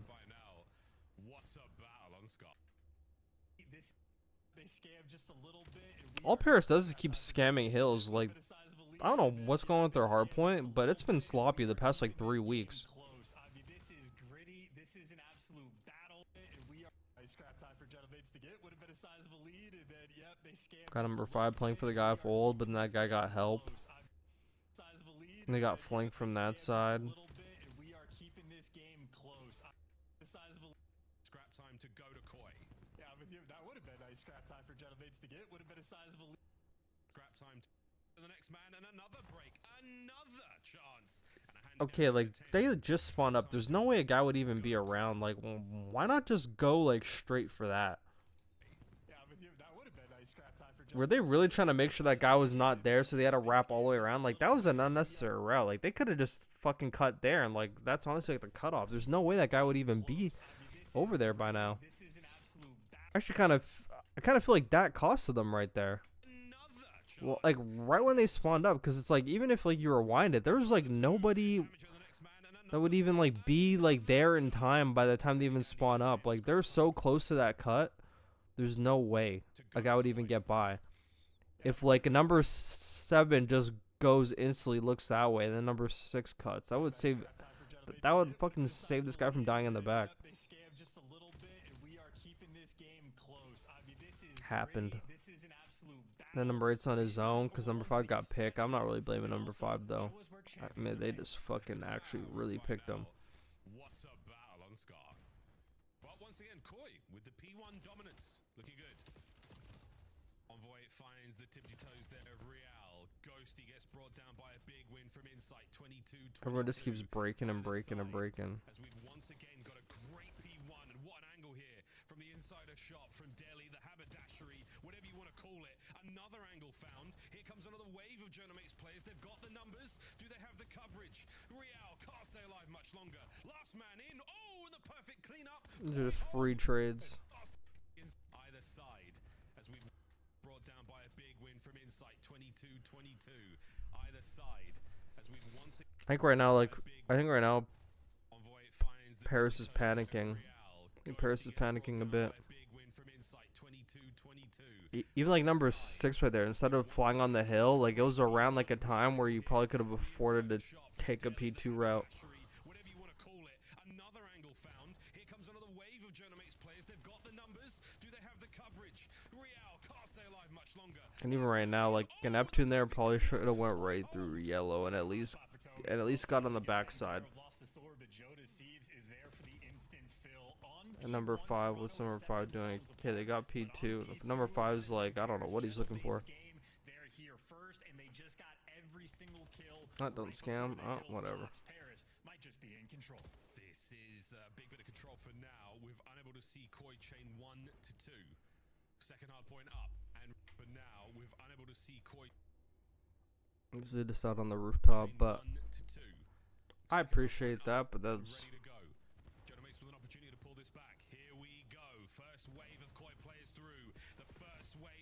How does this guy slide through? Who's watching that? Oh yeah, no one's watching it. I feel like there's always be a guy like low on the crossfire. Or maybe that's what the last guy was for. Take a look where number 1 just spawned. Look, so like number 7 just died, and fucking number 1 just spawned right there. How? Why? What the fuck? That is insane, actually. How did he get that spawn?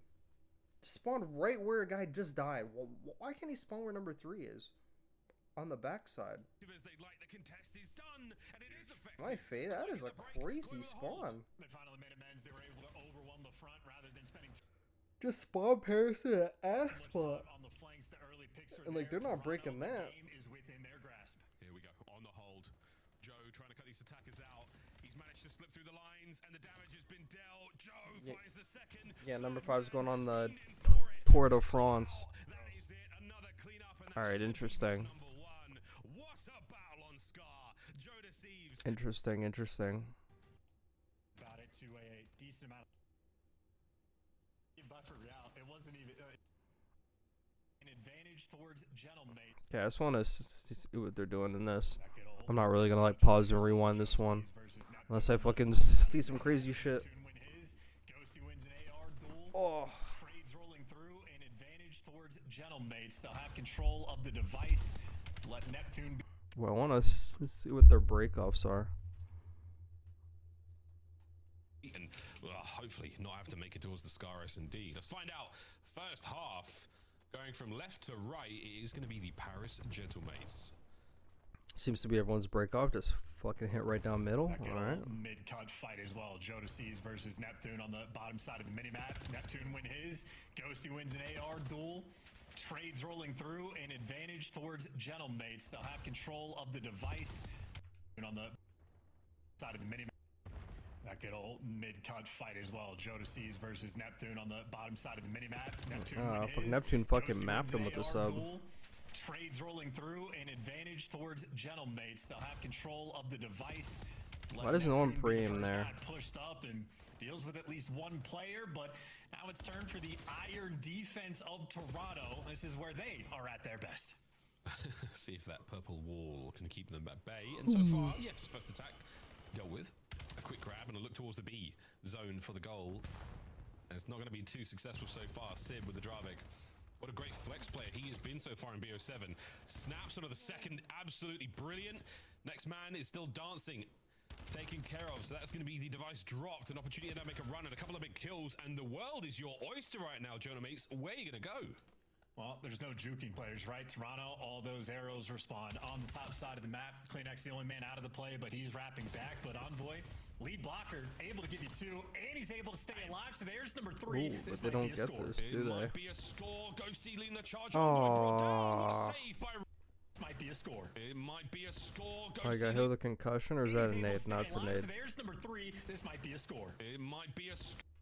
You should have tried to knee slide this in, no? So there's number 3. This might be a score. It might Number be a 4 is score. there. Ghosty leading the charge. Envoy brought down. What a save by Real.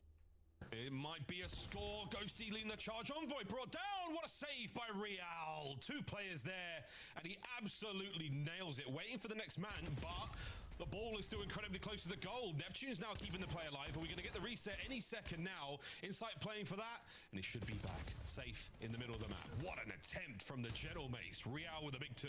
Oh, they got nice 2 though. Off play, and listen, they have the iron defense for a number of reasons. ARs that'll like to post up. Toronto, their comms, they're always going to be in the right spot, or if they need the pop-off play, I mean, on the flank, I heard him say that the overload's like really good. So well, Real's going to take that on offense and defense. That's a clean 4. See how true that is. If they need the pop-off play, they can give you that as well. But towards the middle of the map, question is, who is the advantage? Well, Real's going to take that on offense and defense. That's a clean 4 down. This is going to be a cap. It should be. Oh, I thought number 3 was going to get a cutoff kill. Oh, Oh, I'd fucking. Wait, where'd Neptune just get him from? Oh, the long range. Not no one watching that. It should be whichever way they go for it. Number 5, though, it's an opportunity to slow it down, and he does. What a moment.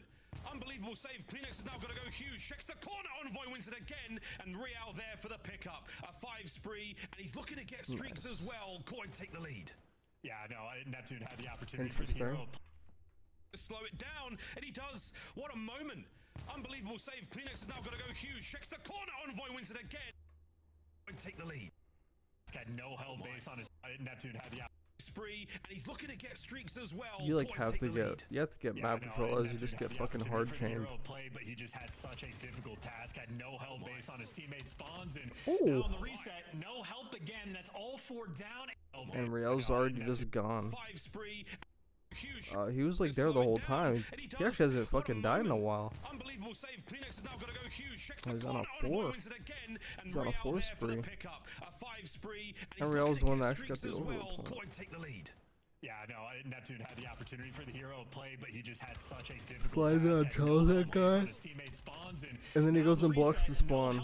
Wow. All 4 down, and look at where Real is on the map. The absolute menace right now against Paris. He's still got to hold them time, and he does. He holds them just long enough to get the second goal in. An immediate counterattack, though, now from the other side. Envoy's going to have himself the bottom side of the map. Can he push forward in the dojo and get 2? He can only get 1, but he's buying that time now. Able to get something going again. Real, what a map you are having. Another kill to his name. He's got streaks, and he's... Real, what a map are you having? He's only like 11 and 6. It's not even the map. That was a yeah, he's having a map already. That goal line stop and then facilitates 2 captures. I mean, he is playing good, though. Remarkably efficient in that category. Looking like an easy kill here for CleanX. Yep, takes care of Envoy. Now gets to push forward. Doesn't read the spawns, though. An insight over Child Sib, dishing out the goods, including a team nade. If you're a Paris fan, you better get used to it now. Sib and Ghosty are going to have the most team nade kills this year. 2 of the best to ever do it, I think, statistically, which is a shame, but... Good work here from Sib. What a great life he's had here, holding these gates. No one getting through without a bit of love. Over the top now. Good work on the anti-air. Pops the sure you can. No one's going to get through this one. You're still trying to find the bottom spawn here. That ball is still yet to be touched, yet to move forward. Great shots again from Sib. What a life this is! Are they going to do something with this? Pushing forward. I don't think they even know where to take it. I would try dojo. From Real, trying to slow down the attack. Storm. Success gets the bang. It's an open window, nowhere to go, and just like that, Real is now responsible for 2 defensive stops and the 2 scores. Yeah, give anybody else that device and let them lead the charge. Joe Deceives on a 4 spree, cutting through mid, and I mean, you got the open lane over towards the goal. Insight actually abandoned it to push out for the kills, and Real's playing like a better version of Shotzi on this map. A lot more useful. Yeah, give anybody else that device and let them lead the charge. Joe Deceives on a 4 spree, cutting through mid, and I mean, you got the open lane over towards the goal. Insight actually abandoned it to push out for the kills, and at least gets the trades. Good enough for the goal. Toronto, 200 IQ. Open lane. Let them lead the 2 defensive stops and the 2 scores. Yeah, give anybody else that device and let them lead the charge. Joe Deceives on a 4 spree, cutting through mid, and I mean, you got the open lane over towards the goal. Insight actually abandoned it to push out, and I mean, you got the open lane over towards the goal. Insight actually abandoned it. I mean, that's just free. 200 IQ. So you're telling me they play the whole second half and no one scores the whole fucking second half? The whole second half's just like defense. I can't get anything out of that life, and we could be looking at one more. Might be a cheeky hit. I think they're just going OT and it doesn't matter. They can just die. Yeah. Device carrier died. I was about to say, ain't no way they're gonna do that. You non-stop and run into bad gunfights. I'm just gonna like skim through this and just to see if they're just playing map control. The bus can be parked here. Watch out, you might number 5 on a pinch. Dynamite's trying to make something happen here. Men's on the other side. Envoy dies on the pinch. Koi starting to swell here. Joe's gonna be the lone man up front. And everywhere they go, just getting met with stuns and nades, no open avenues. Joe Deceives not giving away his life. You try to pinch, you get red. Lockdown defense, and again, that final man in line just has a pistol. So for Paris, it's so difficult. They I don't know. It's like a normal game, honestly. Every single player falls 1 by 1. That is it's a normal game. No one's doing anything crazy in this game. And Paris have accomplished it's like nothing. Nothing's going on. Capture a minute if you were really lucky, but gets reset to the middle of the map. What a game Real's having. Fucking Paris have no offense on this fucking map, dude. Holy shit. They got literally 0. Fights they have to. It's just teamwork is going to reign supreme. If you don't have a guy stunned or tagged up, you're not overshadowed. If there's 2 players there, insight, ironed up, and, well, in that case, gunned down, and that is the opportunity for Paris to attempt to make some moves. Oh, they're trying. A big attack. Okay, we've still got men through the window. What are they doing, bro? He's like solo just fucking trying to run the EMP. They're just trying anything, honestly. Insight, lovely work. Kills with enough of a positional advantage. Koi will send it. Insight, lovely work. And they've got the positional advantage now. And they've got a man through the middle. We could be seeing an attack. Well, yeah, and this is, if anything else, if all ends poorly, like Joe Sieves already dies with the device, it's still just time wasted. This is something even coaches like Marky B were talking about very early on for the game mode. Toronto, certainly a team that seems to have it dialed in and showing off the teamwork and exactly how you want to play. Bro, they're so patient. They got like they're doing another version of Falcons, dude, where they're literally just preeming mid. They're in no rush. They're just playing kills. They're just fucking leaving the EMP over there. Now and again, they have to get 3 goals in 1 minute and 30 seconds. Give themselves a fighting chance of overtime. On board now with Joe. And the attack comes to a swift close at that range. A dangerous man, Real. Oh boy, Real. Good God. 29 and 18. Just over 1 minute to play. Yeah. And I don't have the stats to back it up. I'm just doing this off memory, but the largest comeback we've probably seen in this mode all year is maybe 2 scores, maybe 3, and even that's going to be a struggle. Early advantages right now in Overload are absolutely That was a massive. terrible half I just watched. I'm not gonna lie. That was absolutely terrible. Of exactly how you want to play with a 3-0 lead. Oh, unbelievable. Just played kills the whole time. This half, 2 players worried about the pinch. They're not any interest in picking up the device, don't care. Not forcing any gunfights they have. The map, what? Finally gets brought down. Ball gets reset to the middle of the map. What a game Real's having. Yeah, and look at, dude, and if you pay attention to Toronto on the minimap for the rest of this half, 2 players worried about the pinch. They're not any interest in picking up the device, don't care. Not forcing any gunfights they have to. It's just teamwork is going to reign supreme. If you don't have a guy stunned or tagged up, you're not overchild. Get there. I'm trying to think, what the fuck could Paris have fucking done here, dude? I'm like just racking my brain trying to think. Play pistol. You get guns and nades, no open avenues. Front. And everywhere they go. Just I'm not even kidding, like Koi's playing like Pep Guardiola, up 3-0 at the Etihad, just fucking possession, fucking time wasting. Like that's straight up what Koi's doing. Every single player falls 1 by 1. That is a minute. Back to square. Hold on. Situation where your hat certainly can map is a beautiful. Watch out, you might wind up getting a ticket, lads. Genomate's trying to make something happen here. Men's on the other side of the map. Neptune's going to be the first one forward. Sib sniffs out 1. Neptune. Even the player alive. Can he get any more at this life? Goes. Going to be the. No open avenues. Joe Deceives not giving away his. Man in line just has a pistol. So for Paris, it's so difficult. They just get overwhelmed and every single player falls 1 by 1. Damn, interesting. Minute and a half burned off okay. In this half all overtime. On board now with Joe. I'm actually at the make some notes on that later. I'm gonna have to make some notes on that later. All right, guys. Have to go to the gym. Going to hang out with Gal.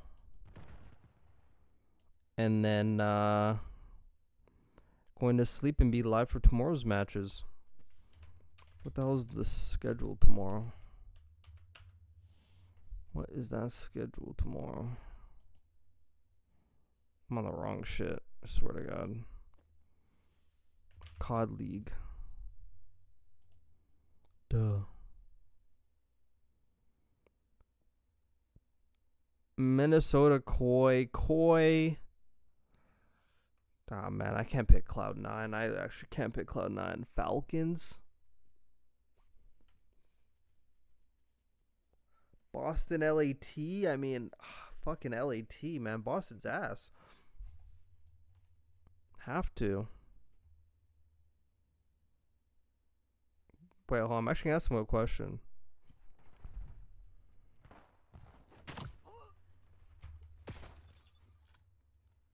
Wait, what's the question I was going to ask him? I was actually asking him Gonna ask him about that overload. Nah, I didn't change really anything on the site, to be honest.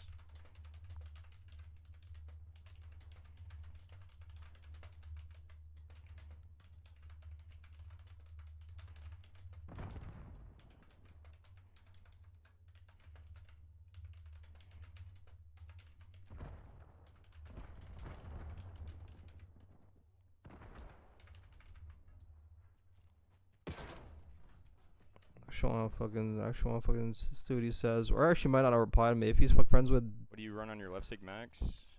75 right now. I've been tweaking with my settings, but I'm done changing it.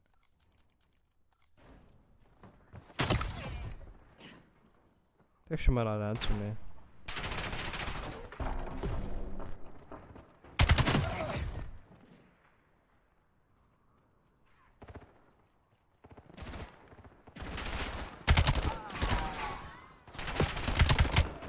Why is ignoring me? That's insane.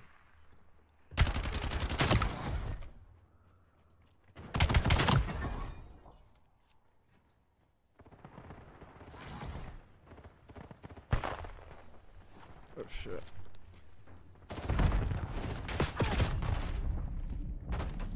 Everyone asking about his fucking controller settings, dude.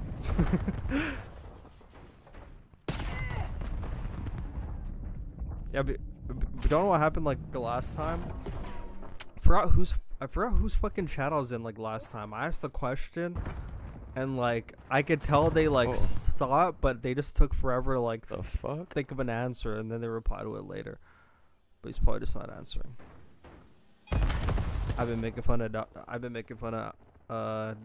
Dante lately, so I'm in the naughty boy house.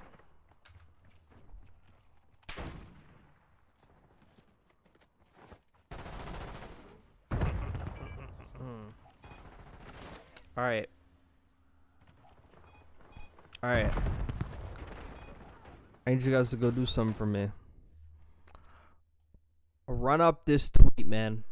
Just fucking retweet this tweet. And then yeah. I have to go. I'm gonna go do legs. I have to go do legs. It's like a do or die. Like I do legs on Friday now, and I'm fucking doing it, you know? And then, yeah. And then, I'll see you guys tomorrow for the games. If there's anything to break down for tomorrow in the games, I'll be breaking them down. You'll finally get a fully rested Borito tomorrow. I'm going to be uploading some videos to YouTube. Go check out the video I did of OpTic and LAT on my YouTube. If you want to get better at exposure hardpoint, I would listen to that shit. Do you recommend playing on flips? Yeah, I would. Just for the pure fact that I used to play default. Okay, not default. Sorry, I used to play not. Wow, this guy shouldn't answer my it was. shit.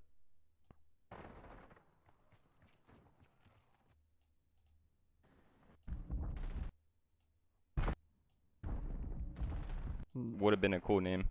No way, it's an insider question. Then I went. Dude, everyone, hey, can we see your class, bro? I hate people. Alright, okay, guys, okay, I'll be live tomorrow for the matches. I'll be live in my Discord, so there's probably gonna be some people live with me yapping. If it gets too annoying, I'll just leave, but we'll see. But I will see you guys tomorrow. Thank you guys for tuning in. Appreciate you guys. Have a good Friday. Stay out of trouble. Go do something. I don't know. Or just like go watch my videos. Literally go watch Borito Talk podcast while you're playing pubs. You know, that'd help a lot. You know, but